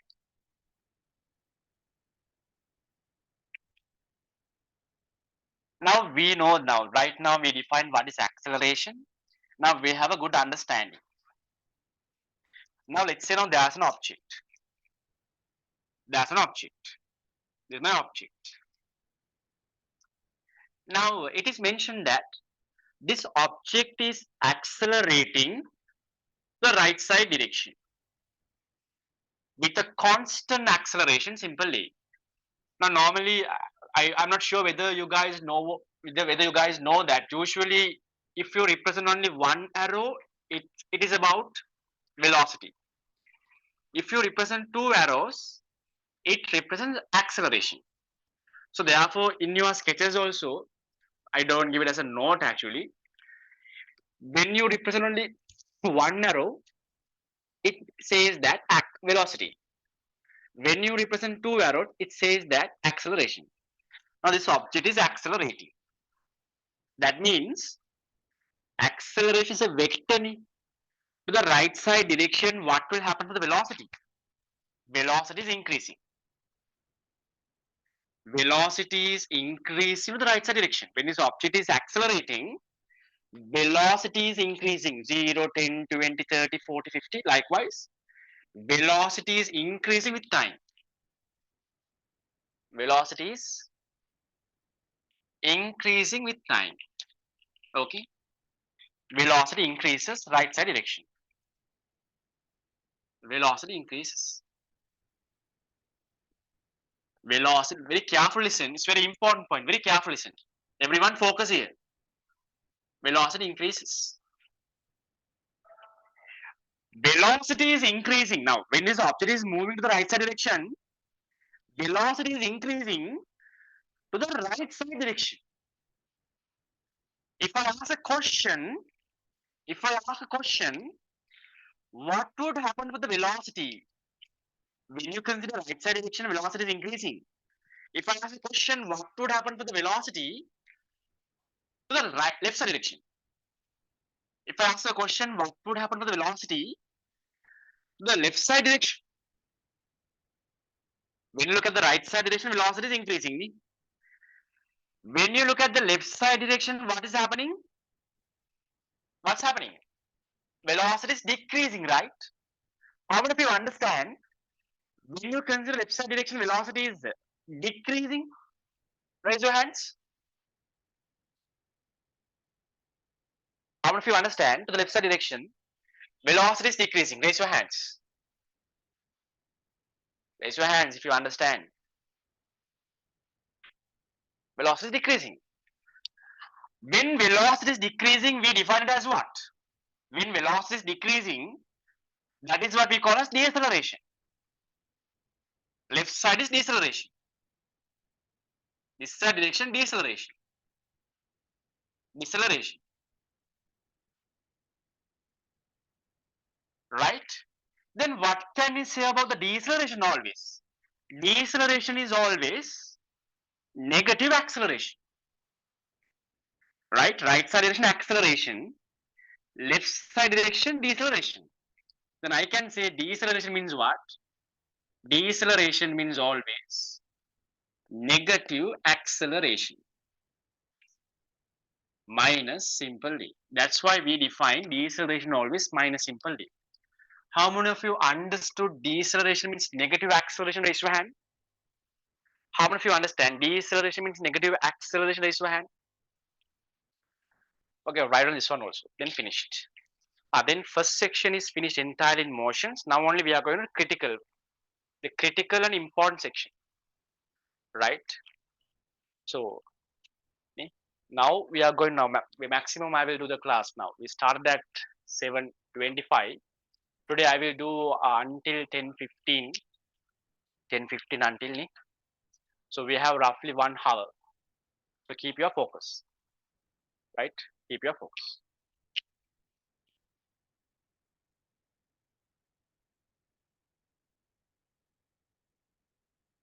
If you finish writing, every time I don't need to say it. When you finish writing, raise your hands.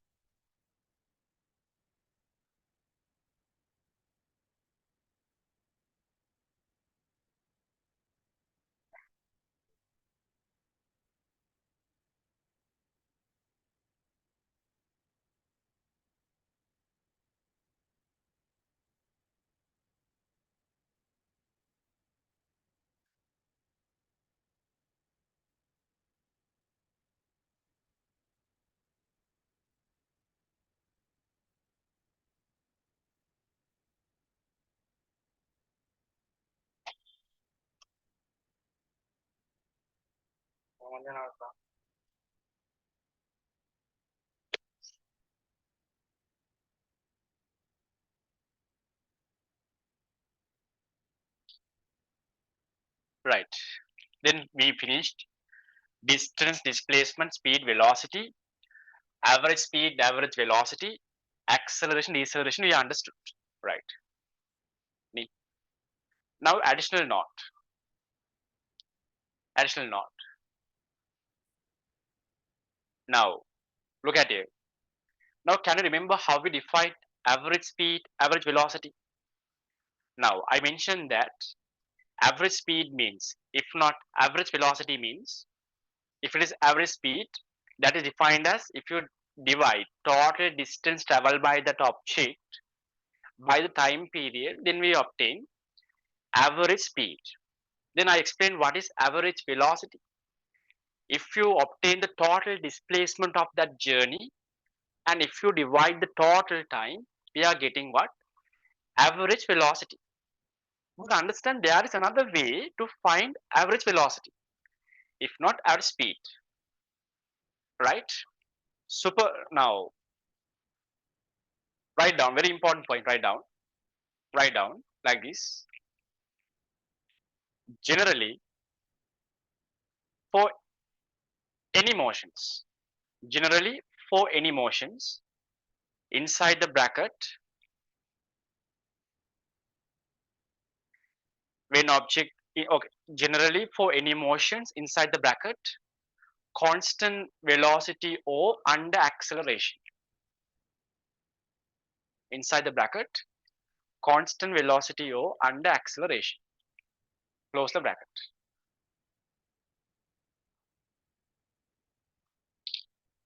right? Generally for any motion inside the bracket, constant velocity or under acceleration, close the bracket. Average velocity is defined.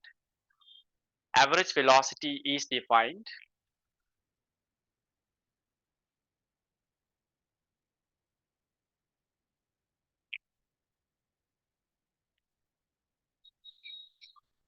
by dividing total displacement, by dividing total displacement, dividing total displacement, dividing total displacement by total time, by total time. I explain this one. Dividing total displacement by time.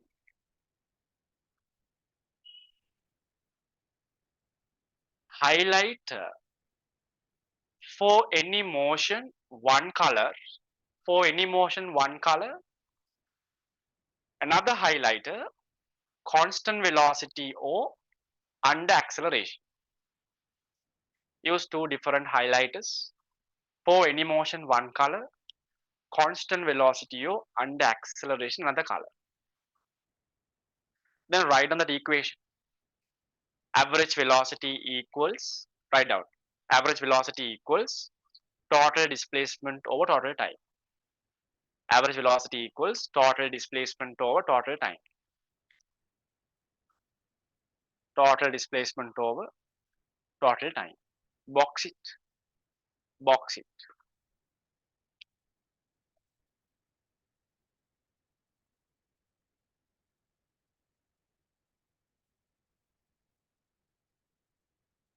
Now next point. When, write down. When, red color pen. When an object is moving under constant acceleration.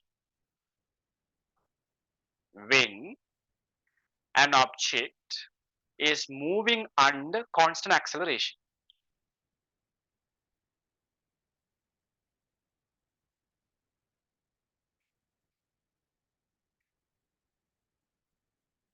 Comma, average velocity can be obtained. Average velocity can be obtained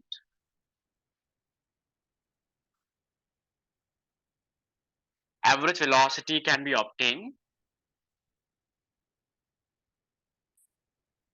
by the mean of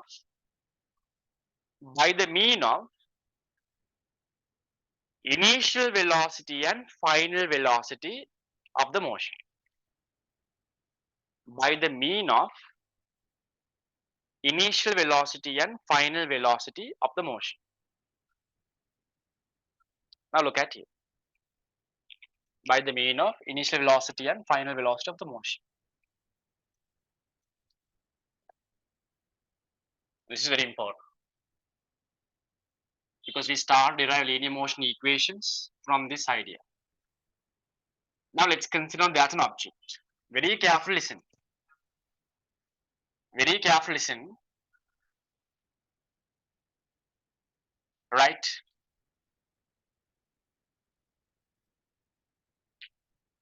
Very carefully listen.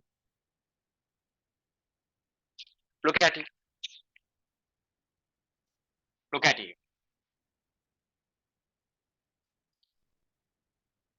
Look at it. Now let's say now when the time is t equals 0. When the time is t equals 0,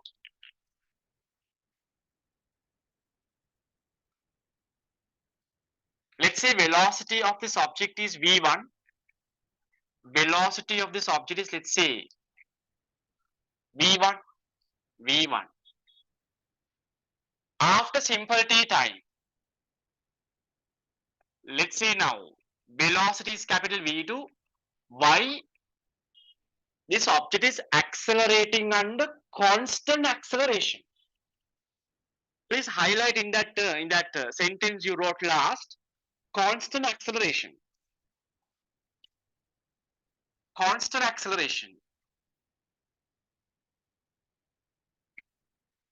Very important is constant acceleration. Constant acceleration. So whatever I am going to explain, that is valid only for the objects under constant acceleration.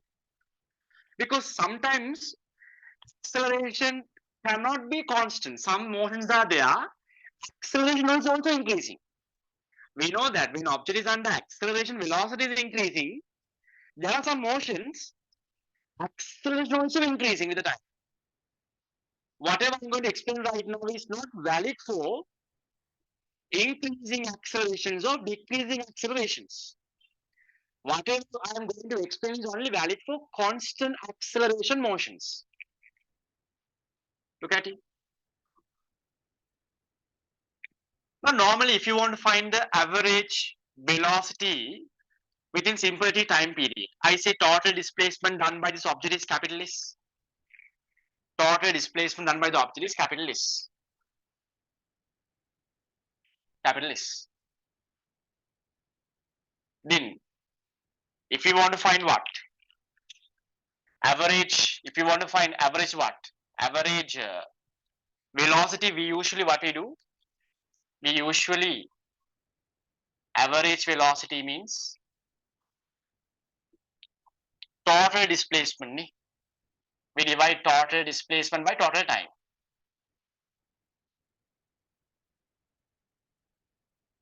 Displacement by total time.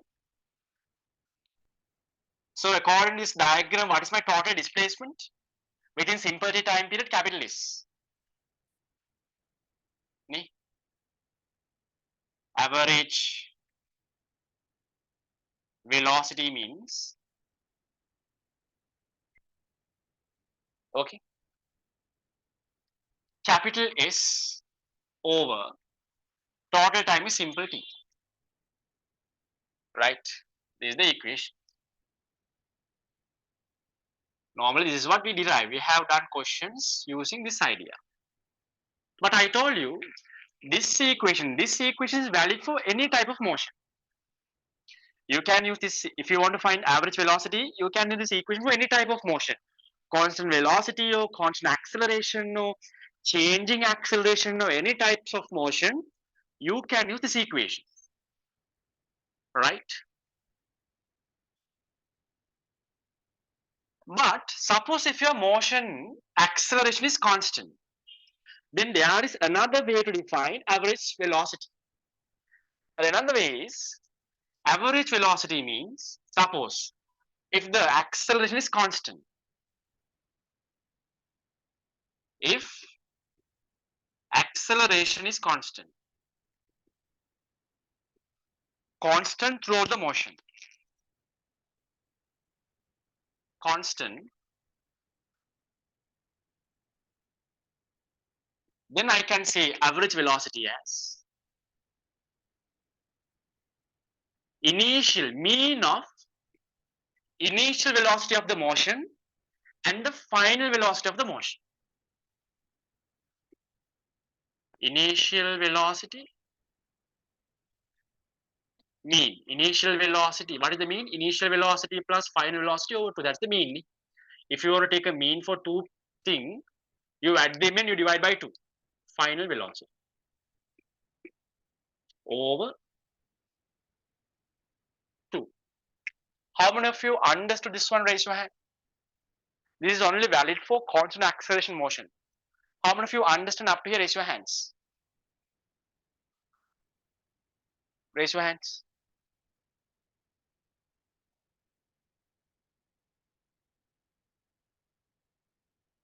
If you understand, raise your hands. Now, normally average velocity equation is total displacement or total time. This equation is valid for any type of motion. Constant acceleration, varying acceleration motions, whatever any motion, this equation is valid. But right now I explained, there is another equation for average velocity, but this equation is only valid for constant acceleration motion. What's the equation for average velocity? Mean of initial velocity and final velocity. How you take mean of two things? How you take average? If you have two marks, if you have two subjects, let's say one subject your marks is 52, other subject your marks is 48. If you want to get the mean, you add them and you divide by 2. If you want to take the mean, you add them and you divide by 2. Then 52 plus 48 means 100 over 2 means 50. Your mean of the marks is 50. Very similar manner, if the acceleration is constant, I can write down my average velocity as what? Initial velocity plus final velocity over 2. Genuinely hands up who understand this one. If you don't understand, put in the chat box. Sir, I could not understand this section. Can you repeat it? If it is repeatable, I will repeat it. So therefore, you don't panic with others. Don't wait until someone's response. If you don't understand, be what? Forward to ask. So if I can explain, I will explain it. If not, I ignore it. You don't bother with that. This is important because we are deriving linear motion equations, and for that, this is important. So write down these things. Write down quickly. Write down. V1 plus V2 over 2. Write down quickly. If you finish writing, raise your hands. Then put your topic linear motion equations. After write down, if you finish writing down, raise your hands. If you finish writing down, raise your hands. I think all of you wrote. Still writing, raise your hand. Still writing. How many of you still writing? How many of you still writing? Quickly. I don't give so much time. Put your main topic, linear motion equations. Linear motion equations. So you guys don't worry that near coming days, I will tell you now. We just started. This is our second month. So we start our classes on July. Then it's August. So we started for 1.5 months. So coming days, I will increase the class duration for 4 hours. If it is necessary, I will put some additional classes as well because the class is online very conveniently. I can put many classes, right? So therefore, so you don't worry. When you join for a session, I always say that take the maximum benefit. Don't make yourself lazy. Don't make yourself dull. If you if you feel that you are not focusing, quickly take a what? Quickly wash your face and come. That's very important.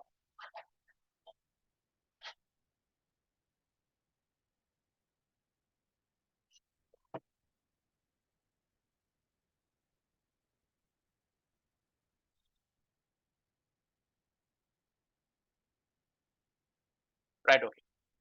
Linear motion equations. First of all, I will write on the linear motion equations, then I will show the derivation. Main topic, this is the main topic.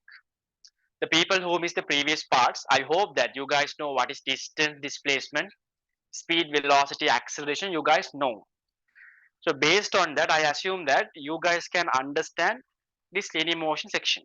It's a new section, but relates with physical quantities that we learned. But I think you guys can understand quickly. Put your main topic linear motion equations. Now very carefully focus. Right.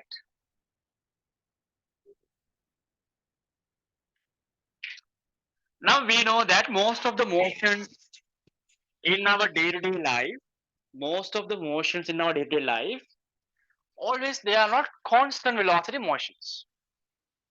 For example, when you just climb into a vehicle, what happens? Vehicle is not moving always under constant velocity. It's now if you are in a bus stand, when the moment you get into the bus, your bus is initially at rest. After you get into the bus, what happens? Bus is increasing the velocity. That means your bus is under acceleration. Am I correct? So when the moment you get into the bus, your velocity of your bus is 0. Then what happens? As soon as you get into the bus, what's happening? Bus is increasing because bus velocity must be increased. Therefore, bus is under acceleration. So when the moment the driver sees someone is what? Crossing the road. He brakes. So during braking, what's happening? Velocity of the bus is decreasing. Then what is that? When velocity is decreasing, what type of motion is that? Deceleration. That means negative acceleration. So therefore, what I want to say is, most of the applications that we see in our day-to-day life, they are not constant velocity motion. Right? They are not constant velocity motion. All the motions, most of the motions are under accelerating or under decelerating. Okay. Now you want to understand, even suppose if an object is accelerating, very carefully listen. This is very important. Suppose if an object is accelerating, there are many possibilities in acceleration, right? Your object can be moving under constant acceleration.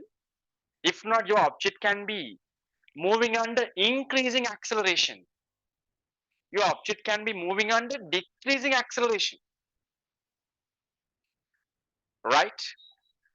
I hope you know what is the meaning of constant acceleration.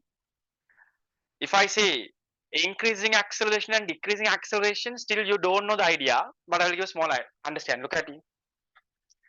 Now, constant acceleration, look at it. But it's not compulsory, but I'll explain.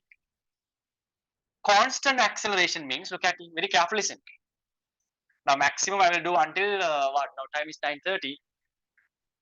10:15, maximum 45 minutes. If I have a mood to stop at 10 o'clock, I will stop at 10 o'clock as well. So you will stay with me for today, entire this week for maximum 45 minutes. Therefore, stay with me very happily. You understand? So, anyways, okay, right. Now,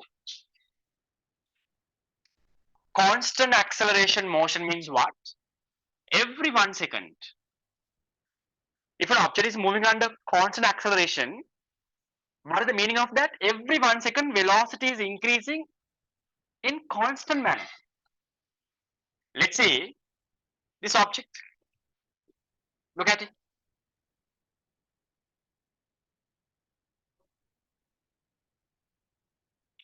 When you consider this object, let's say initial velocity of this object is 0, 0. Now I mentioned this object's accelerating under constant acceleration. I say 10 ms minus 2. That means throughout the time period, acceleration is constant. Throughout the time period, acceleration of this object is constant. That means, according to this, what is the meaning of this 10 ms minus 2? Every 1 second, velocity is increasing by 10 ms minus 1. The velocity when t equals 0, velocity is 0. When t equals 1 second, what is the velocity? 10 ms minus 1. When t equals 2 second, what is the velocity? When t equals 2 second, what is the velocity? 20 ms minus 1. When t equals 3 second, what is the velocity? 30 ms minus 1. So when you consider every 1 second, what happens? Every 1 second,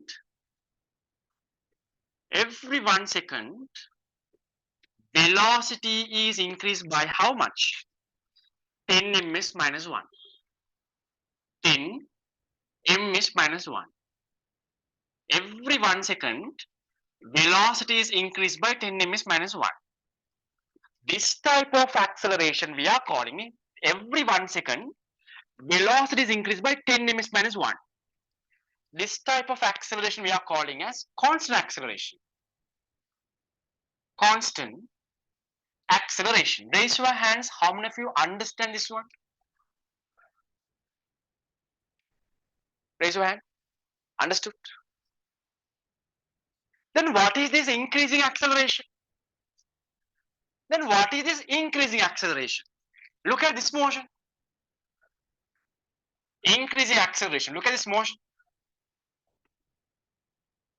Now this time,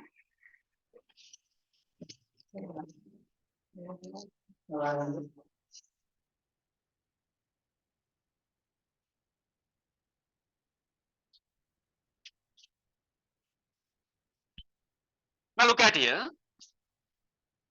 When t equals 0, let's say velocity is 0. When t equals 1 second, let's say velocity is 10 ms minus 2. 10 ms minus 2. When t equals 2 seconds, you will observe that velocity is 30 ms minus 1. Velocity is 30 ms minus 1. When t equals 3 seconds, velocity is, you will observe, 60 ms minus 1. 60 ms minus 1. Now velocity is increasing. Now here is also velocity has increased, right? 0, 10, 20, 30, velocity increase. Acceleration, I mentioned every 1 second, increased velocity is constant. 10, 10, 10. Velocity is increased by 10 in every 1 second. But when you consider this motion, look at here every 1 second. Every 1 second, every 1 second, every 1 second, can you see the increase in velocity? This 1 second, what is the increase in velocity? 10. In your every 1 second, the next 1 second, what is the increase in velocity? 20 ms minus 1. Your next 1 second, what is the increase in velocity? 30 ms minus 1. So you can clearly understand velocity is anyhow increasing. Definitely velocity is increasing. But look at it. Every 1 second time period, increase in velocity. Increase in velocity also increase. Now here velocity increased evenly. But here every 1 second, increasing velocity also increase. That's why we are calling as increasing acceleration. Increasing acceleration. Raise your hands. How many of you understand this one? Raise your hand. Understood. If you understand, raise your hands. Now, what is this decreasing acceleration? What is this decreasing acceleration? Right, let's say something like this decreasing acceleration. Look at it. Now, for you to understand, if I take this, okay. Now, I'll start from a large velocity. If not, it's okay. Look at it. Same 0, 1, 2.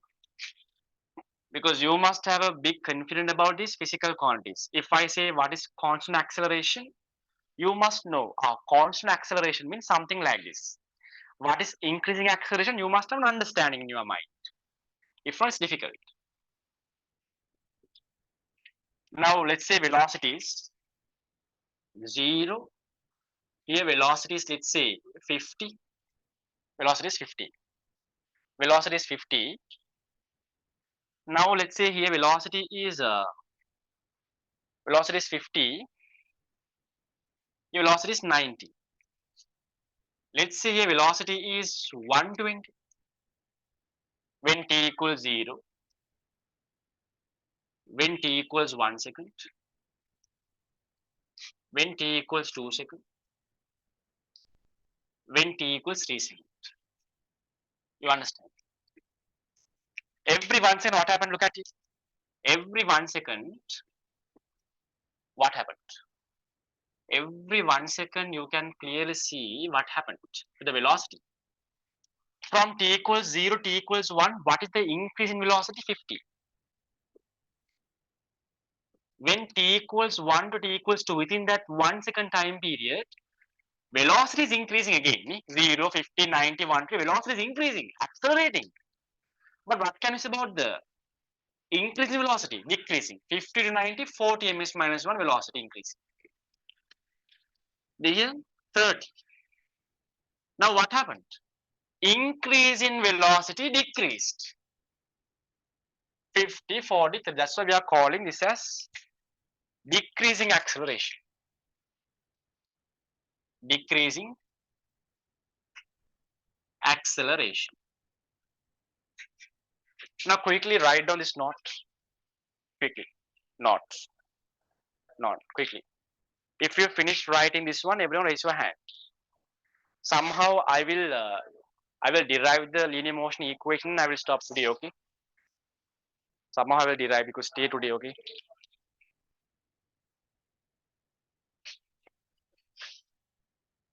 So don't miss the classes, come every day. That's what I can say. If you miss one day, because you can keep a big hope on us, because we are not just teachers. I'm a graduate from leading university of engineering. So I did my degree in University of Morator. I'm a fresh graduate. So therefore, you don't need to worry anything about my talent regarding these subjects because I got good results. I have a good class in my engineering degree. So therefore, I'm not a typical teacher.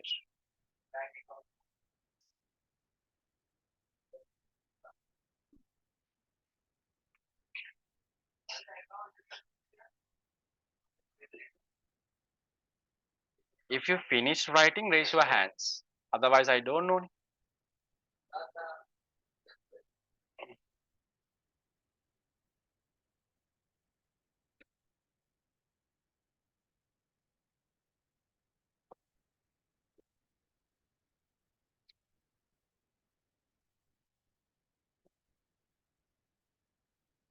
Quickly. Now, I hope that all of you understood what is the difference between constant acceleration, increasing acceleration, and decreasing acceleration. I hope so. Quickly. Quickly. Somehow, I will derive the linear motion equations today somehow. So, therefore, cooperate.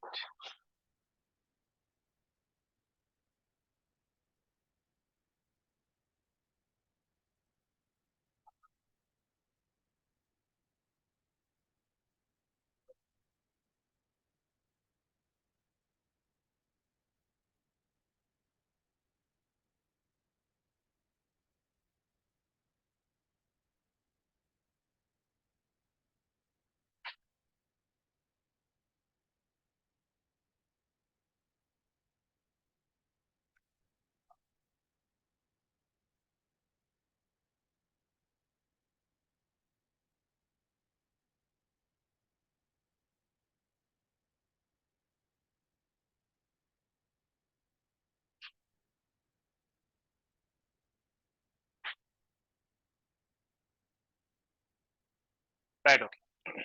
Time is enough. Now, okay. Now, understand, red color pen write down. Linear motion equations are valid for, red color pen write down. Linear motion equations are valid for constant acceleration motions. Linear motion equations are valid for constant acceleration motions.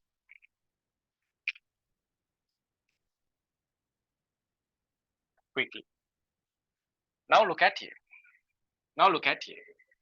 Now what is linear motion equations? Basically linear motion equation means suppose if an object, look at it. Suppose if an object is moving under constant acceleration. Again telling, suppose if an object is moving under constant acceleration, the relationship between initial velocity, final velocity, acceleration, time and displacement. The relationship between initial velocity, final velocity, time, displacement, acceleration equations are called as linear motion equations. It's very simple. So there are 4 linear motion equations in your syllabus, right? I think I don't know in your O levels you guys might have learned, but I'm not sure about that.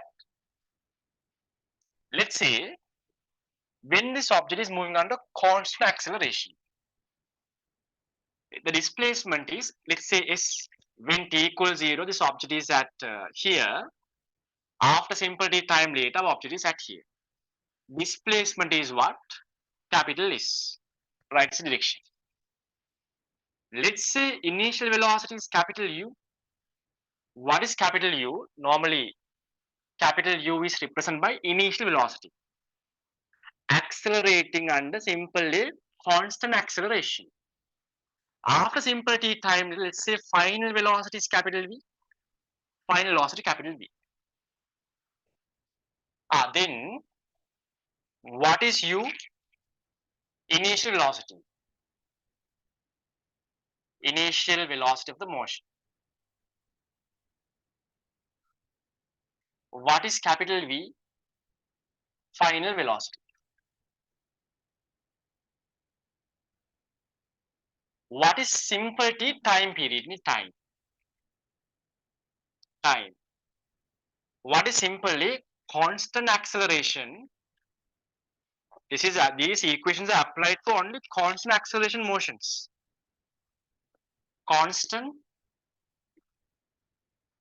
acceleration.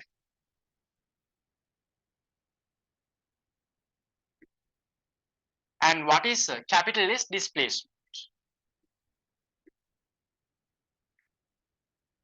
Then there are 4 linear motion equations. The first important linear motion equations are first important linear motion equation.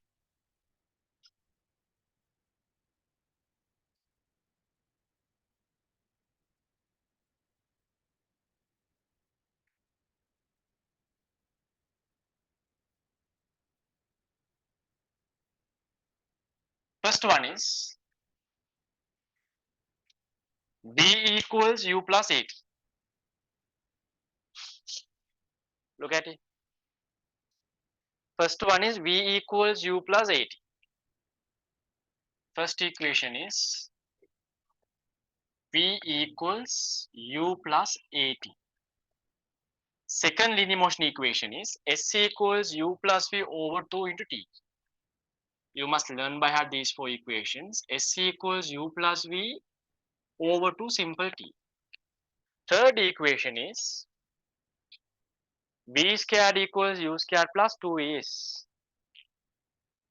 V squared equals U squared plus 2as. Don't worry, I will prove how these equations are coming. I will prove.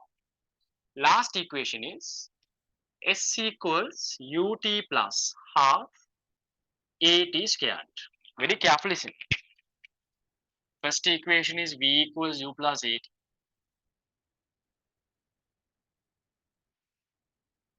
Second equation is, now listen, very carefully listen.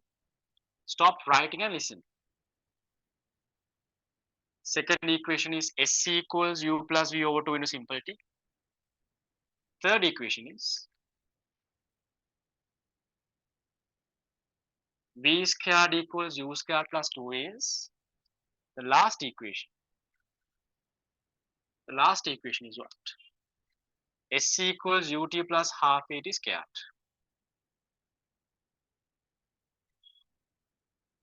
Right. Now, what is linear motion equations? When you consider motion, if you know initial velocity, final velocity, acceleration, displacement, time, the relationship between these variables is we call as what? Linear motion equations. How many of you understand this idea? Raise your hand. How many of you understand this idea? Raise your hand quickly.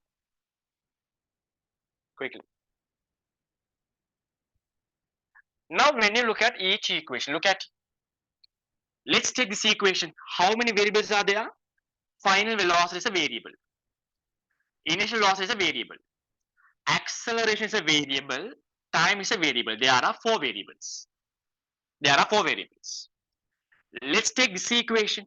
S means displacement is 1 variable. Initial velocity is a variable. Velocity is a variable. Time is a variable. 4 variables again. This equation also having a 4 variables. Final velocity is 1 variable. U second variable. A third variable is fourth variable. In this equation also there are only 4 variables.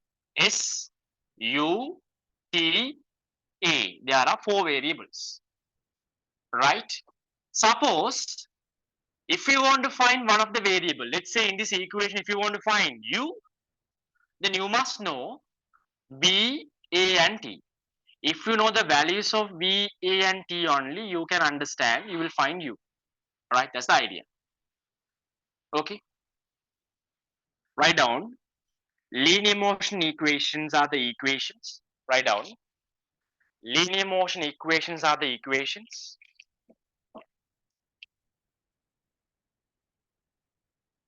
which give the relationship between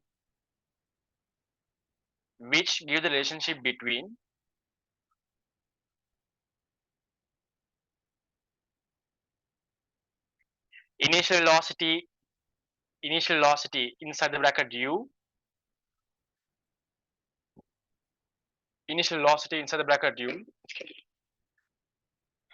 final velocity inside the bracket V, final velocity inside the bracket V, time simple t comma, time simple t comma, constant acceleration simple A, constant acceleration simple A, and displacement capital S. Quickly write down these things. If you finish writing, raise your hand. Then I will do the derivation. Then, if it is possible, we'll stop the class. If not, we'll do one question and we'll stop the class. Right.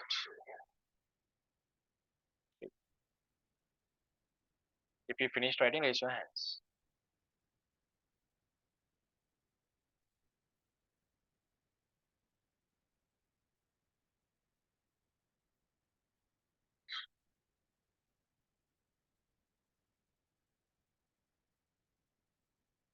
Quickly. If you finished writing, raise your hands.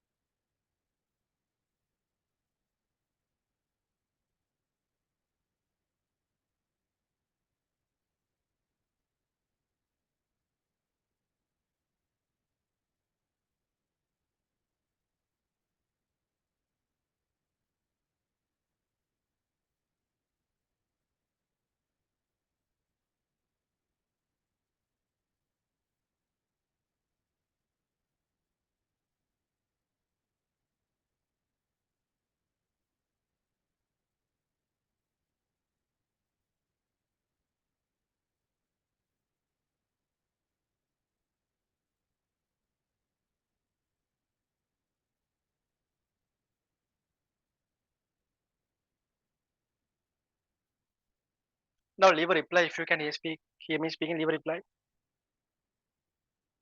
Just leave a reply if you can hear me speaking. Leave a reply if you can hear me speaking. Right. Okay. Derivation of linear motion equations. Topic. Derivation of linear motion equations. Now look at the derivation. Okay. Okay. Look at it. Now very careful listen. Then we can stop the class. Okay. Now you know what is U, what is V, what is STA. You know it is this one.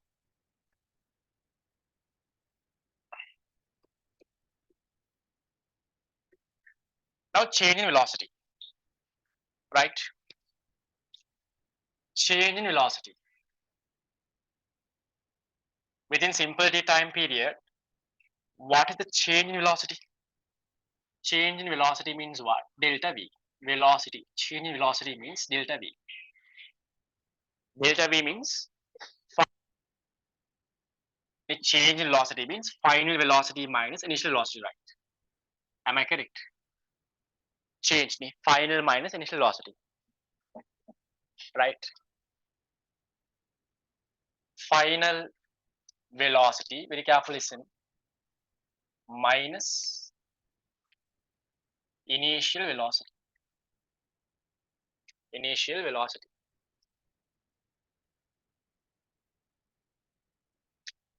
Now, what is my final velocity? That's v. So I can say delta v means what? Final velocity is what? Capital V.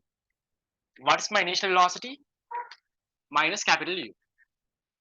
Right? This is my equation 1. Equation 1.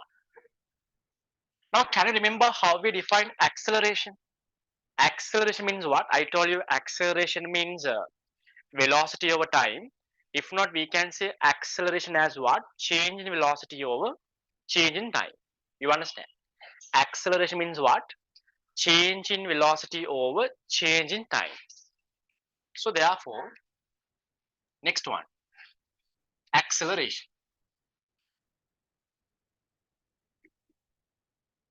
That is what? Change in velocity.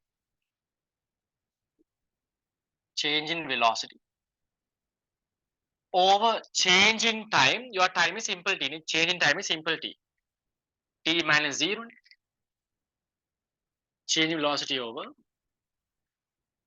change in time. If not time, you can put change in time. What it? Then acceleration means simple A. Change in velocity delta v. That means v minus u. V minus u over time is simple t. Look at it. If from equation 1, from equation 1, what have you done? From equation 1, change in velocity means v minus u. If I bring the simple t here, at equals what? At equals v minus u. When you subject v, you will obtain what? If you subject v, if you bring minus u this side, it will become plus u. V equals u plus at. See, your first linear motion equation we derived. How many of you understand this derivation? Raise your hands. How many of you understand this derivation? Raise your hand. Raise your hand. But they don't ask you to derive in your what? Exams. They don't ask these derivations. But you want to know how this happens. Right. That is also done. Okay, then this is your first equation. I say it's your first equation. Equation number 1. And can you remember, just now I explained. Normally, average velocity means total displacement over total time. That is valid for any type of motions. I mentioned that for constant acceleration motions, I explained that average velocity means mean value of initial velocity plus final velocity. Mean of initial velocity and final velocity. Now, therefore, I can write down average velocity. Look at average velocity means I told you if it is moving under constant acceleration, I told you average velocity means mean of initial velocity and final velocity. So therefore, I can write down like this. Average velocity.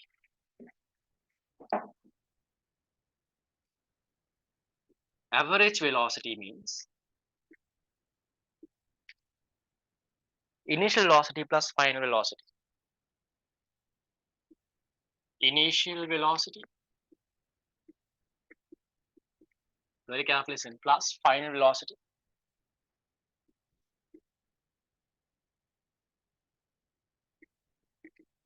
Over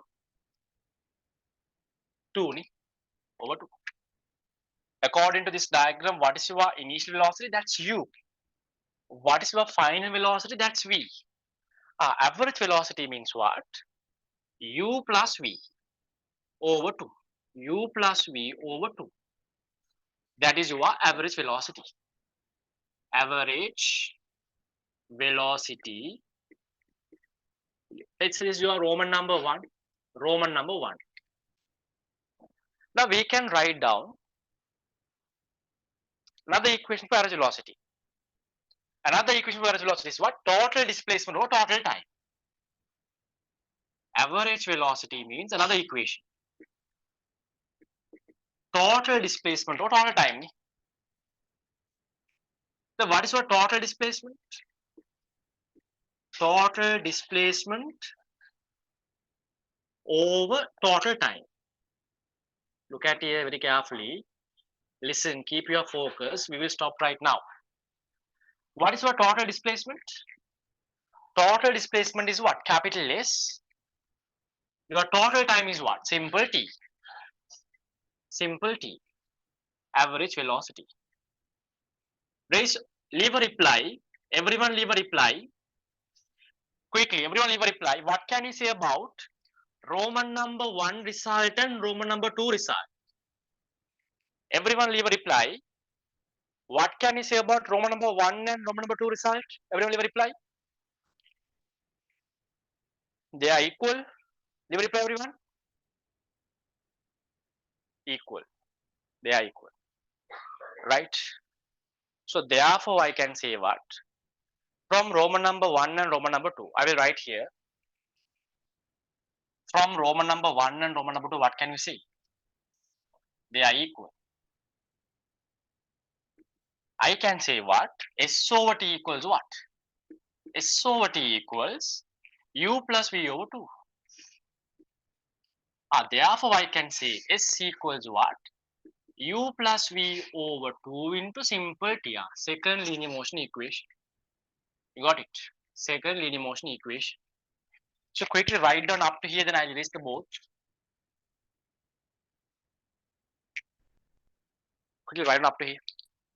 If you finish writing, raise your hands. Quickly.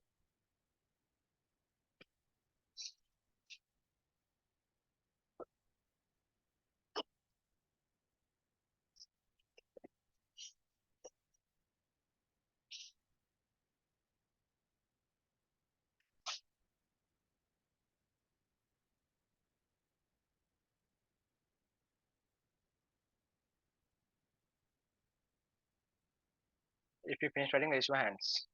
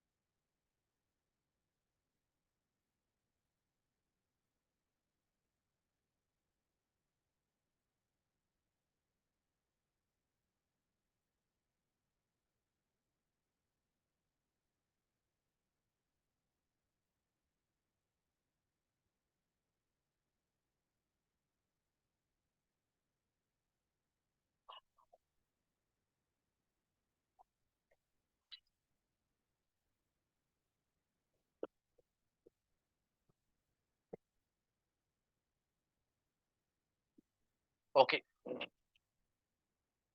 Right. Okay. The two more equations.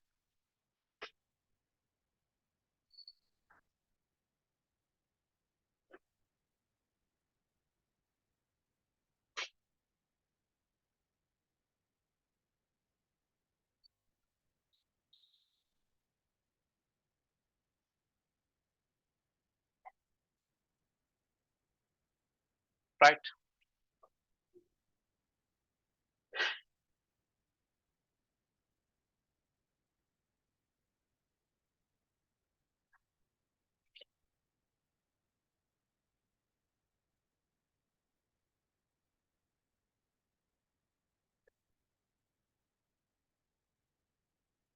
Now look at you.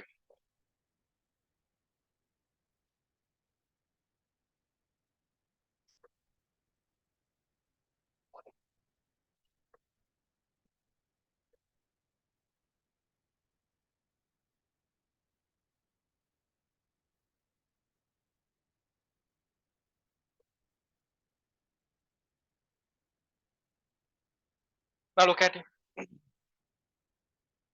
Now, Aliris, Aliris.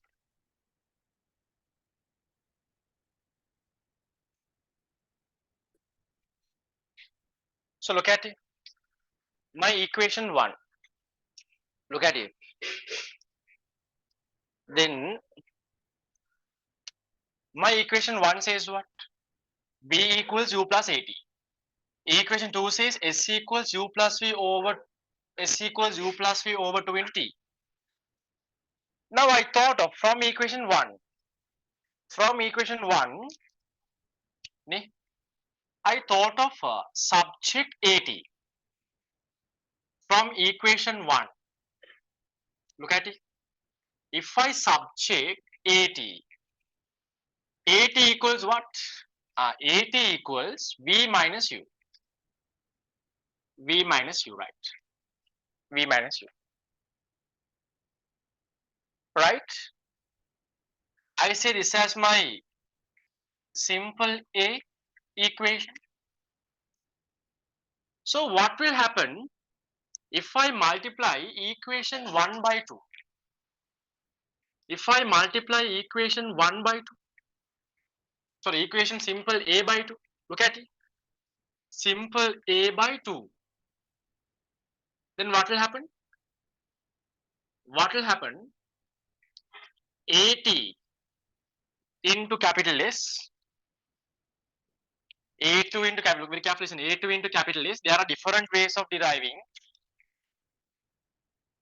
V minus U into U plus V over 2 simple T. Then you can understand simple T cancel out, right? I can bring this to this side. It will become 2 simple AS. In your O levels, you might learn that. You might learn that x squared minus y squared means we can write x plus y, right? 5 squared minus 2 squared means you can write down 5 minus 2, 5 plus 2. This is all your knowledge, okay? I can't explain this one. See, v minus u, v plus u. I can write down v minus u, v plus u as what? V squared minus u squared. How many of you understand up to raise your hand? V minus u, v plus u, v minus u, v plus u can written as v squared minus u squared. How many of you understand? Understood? Raise your hands. How many of you understand? Raise your hands. How many of you understood this one? Raise your hands. This is all your knowledge, okay? It's all your knowledge. So then if I subject v squared, I will obtain what? V squared equals u squared plus 2as. This is your third equation, right? Third equation. You understand? Quickly. Write down quickly. Write down quickly.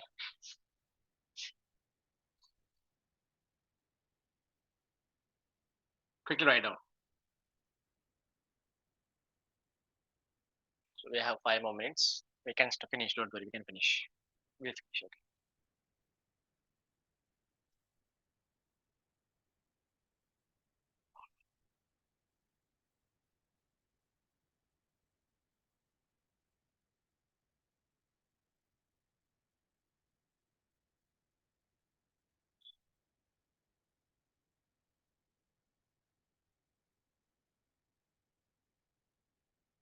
Now look at here. What is the equation is what? V equals U plus AT, right? Your second equation is what? Look at U plus V over 2 simple T. Look at here. Instead of capital V in second equation, if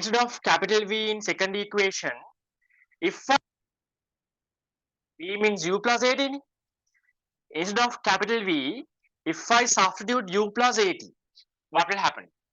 S equals U, instead of capital V, if I substitute U plus AT over 2 simple T.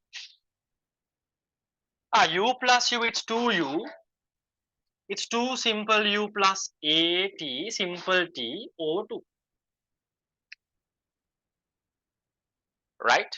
I can say S equals, if I what? Expand the bracket. 2U simple T over 2, this T over 2, T over 2. 2U T over 2 plus AT T over 2. Because T over 2 is outside the bracket. Then T over 2 will be multiplied with 2U as well as AT. 2U T over 2, AT into T over 2. 2 cancel out. You can say that S equals UT plus half A T into T means T square. Fourth equation we derived. Finished. Quickly write down. Then we'll stop it. Is the idea. It's not difficult. If you read this again, if you go through this, refer what you learned and read this again, then you will understand. Finished writing, raise your hands. We derived 4 linear motion equations as well. Finished deriving, raise your hands. If you finish deriving, raise your hands.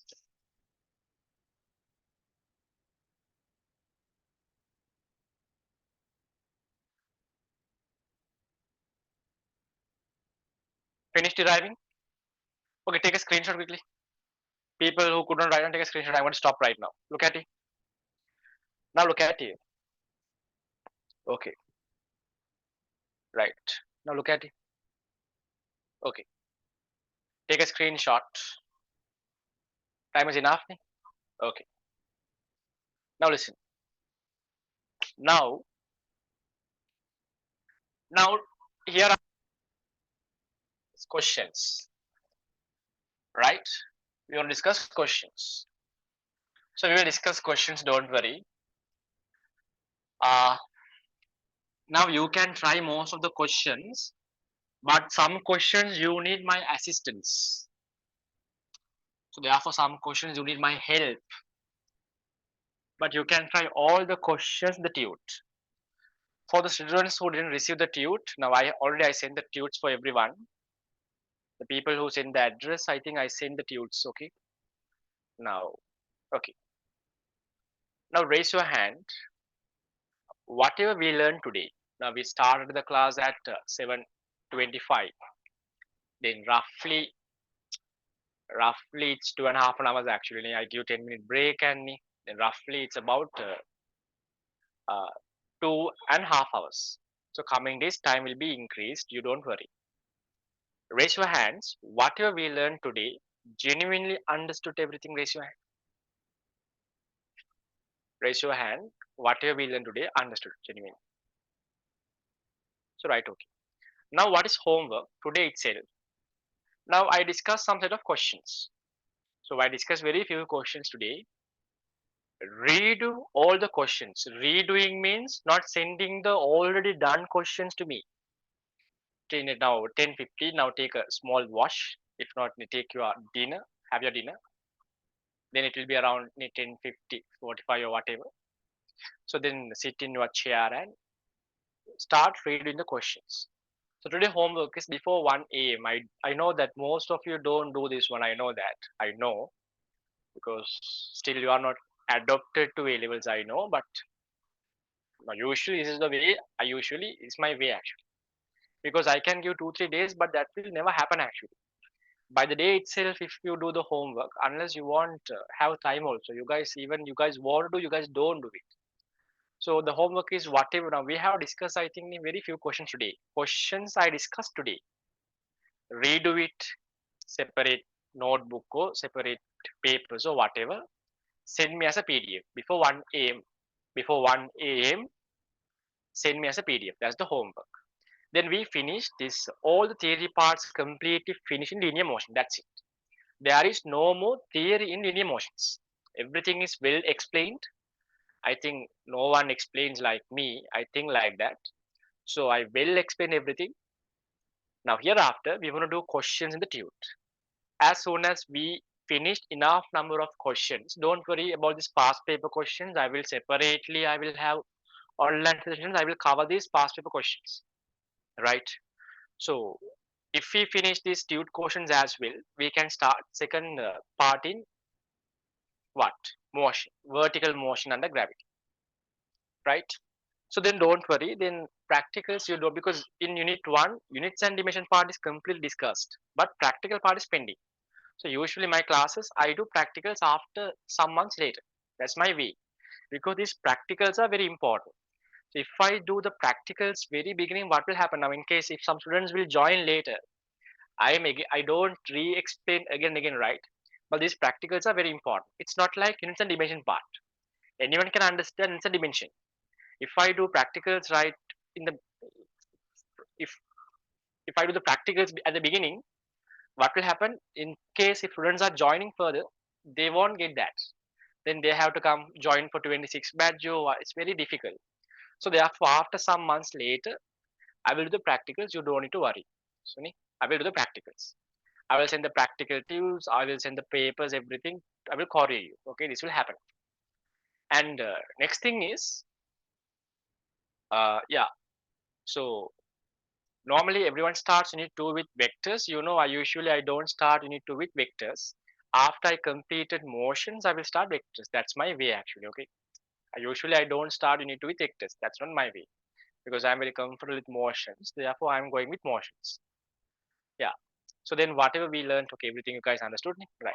Now class is finished. Now please recommend us because it's all about how you. Because if we are good, only you won't recommend, right? If you are not good, then waste of recommending. They say to your friends if they are seeking for a class, this class, let them know about the classes. Most of them they don't know the classes. That's the problem. So therefore, let them know about our classes and be humble to share whatever this what post that we share in the group. Be humble to share because if you learn from me, you must do that as student. Ne? So don't ignore that. If you can, just share it. It will be a small help for us because we are also growing. So then we need your support, obviously. So without student support, it's very difficult to grow actually. If we are good, only you want to support them. If you feel that I am not good in teaching, completely all right, ignore it. But if you feel that this guy has a potential, then it's your responsibility. Just give a small support. That side is okay. So we'll meet on next week. Next week Tuesday, Tuesday. So mostly class starting, even though I say 7 o'clock, it will be 7:15, 7:30. It's finishing at all previous weeks. I finished at around 10. Now I'm extending the time 10:15, 10:30. That will happen coming days. So likewise, only I'm increasing my time. After 2 3 months later, it will become 4 hour classes. I will give two breaks if you need, but will do. Okay, have fun. See you. Bye.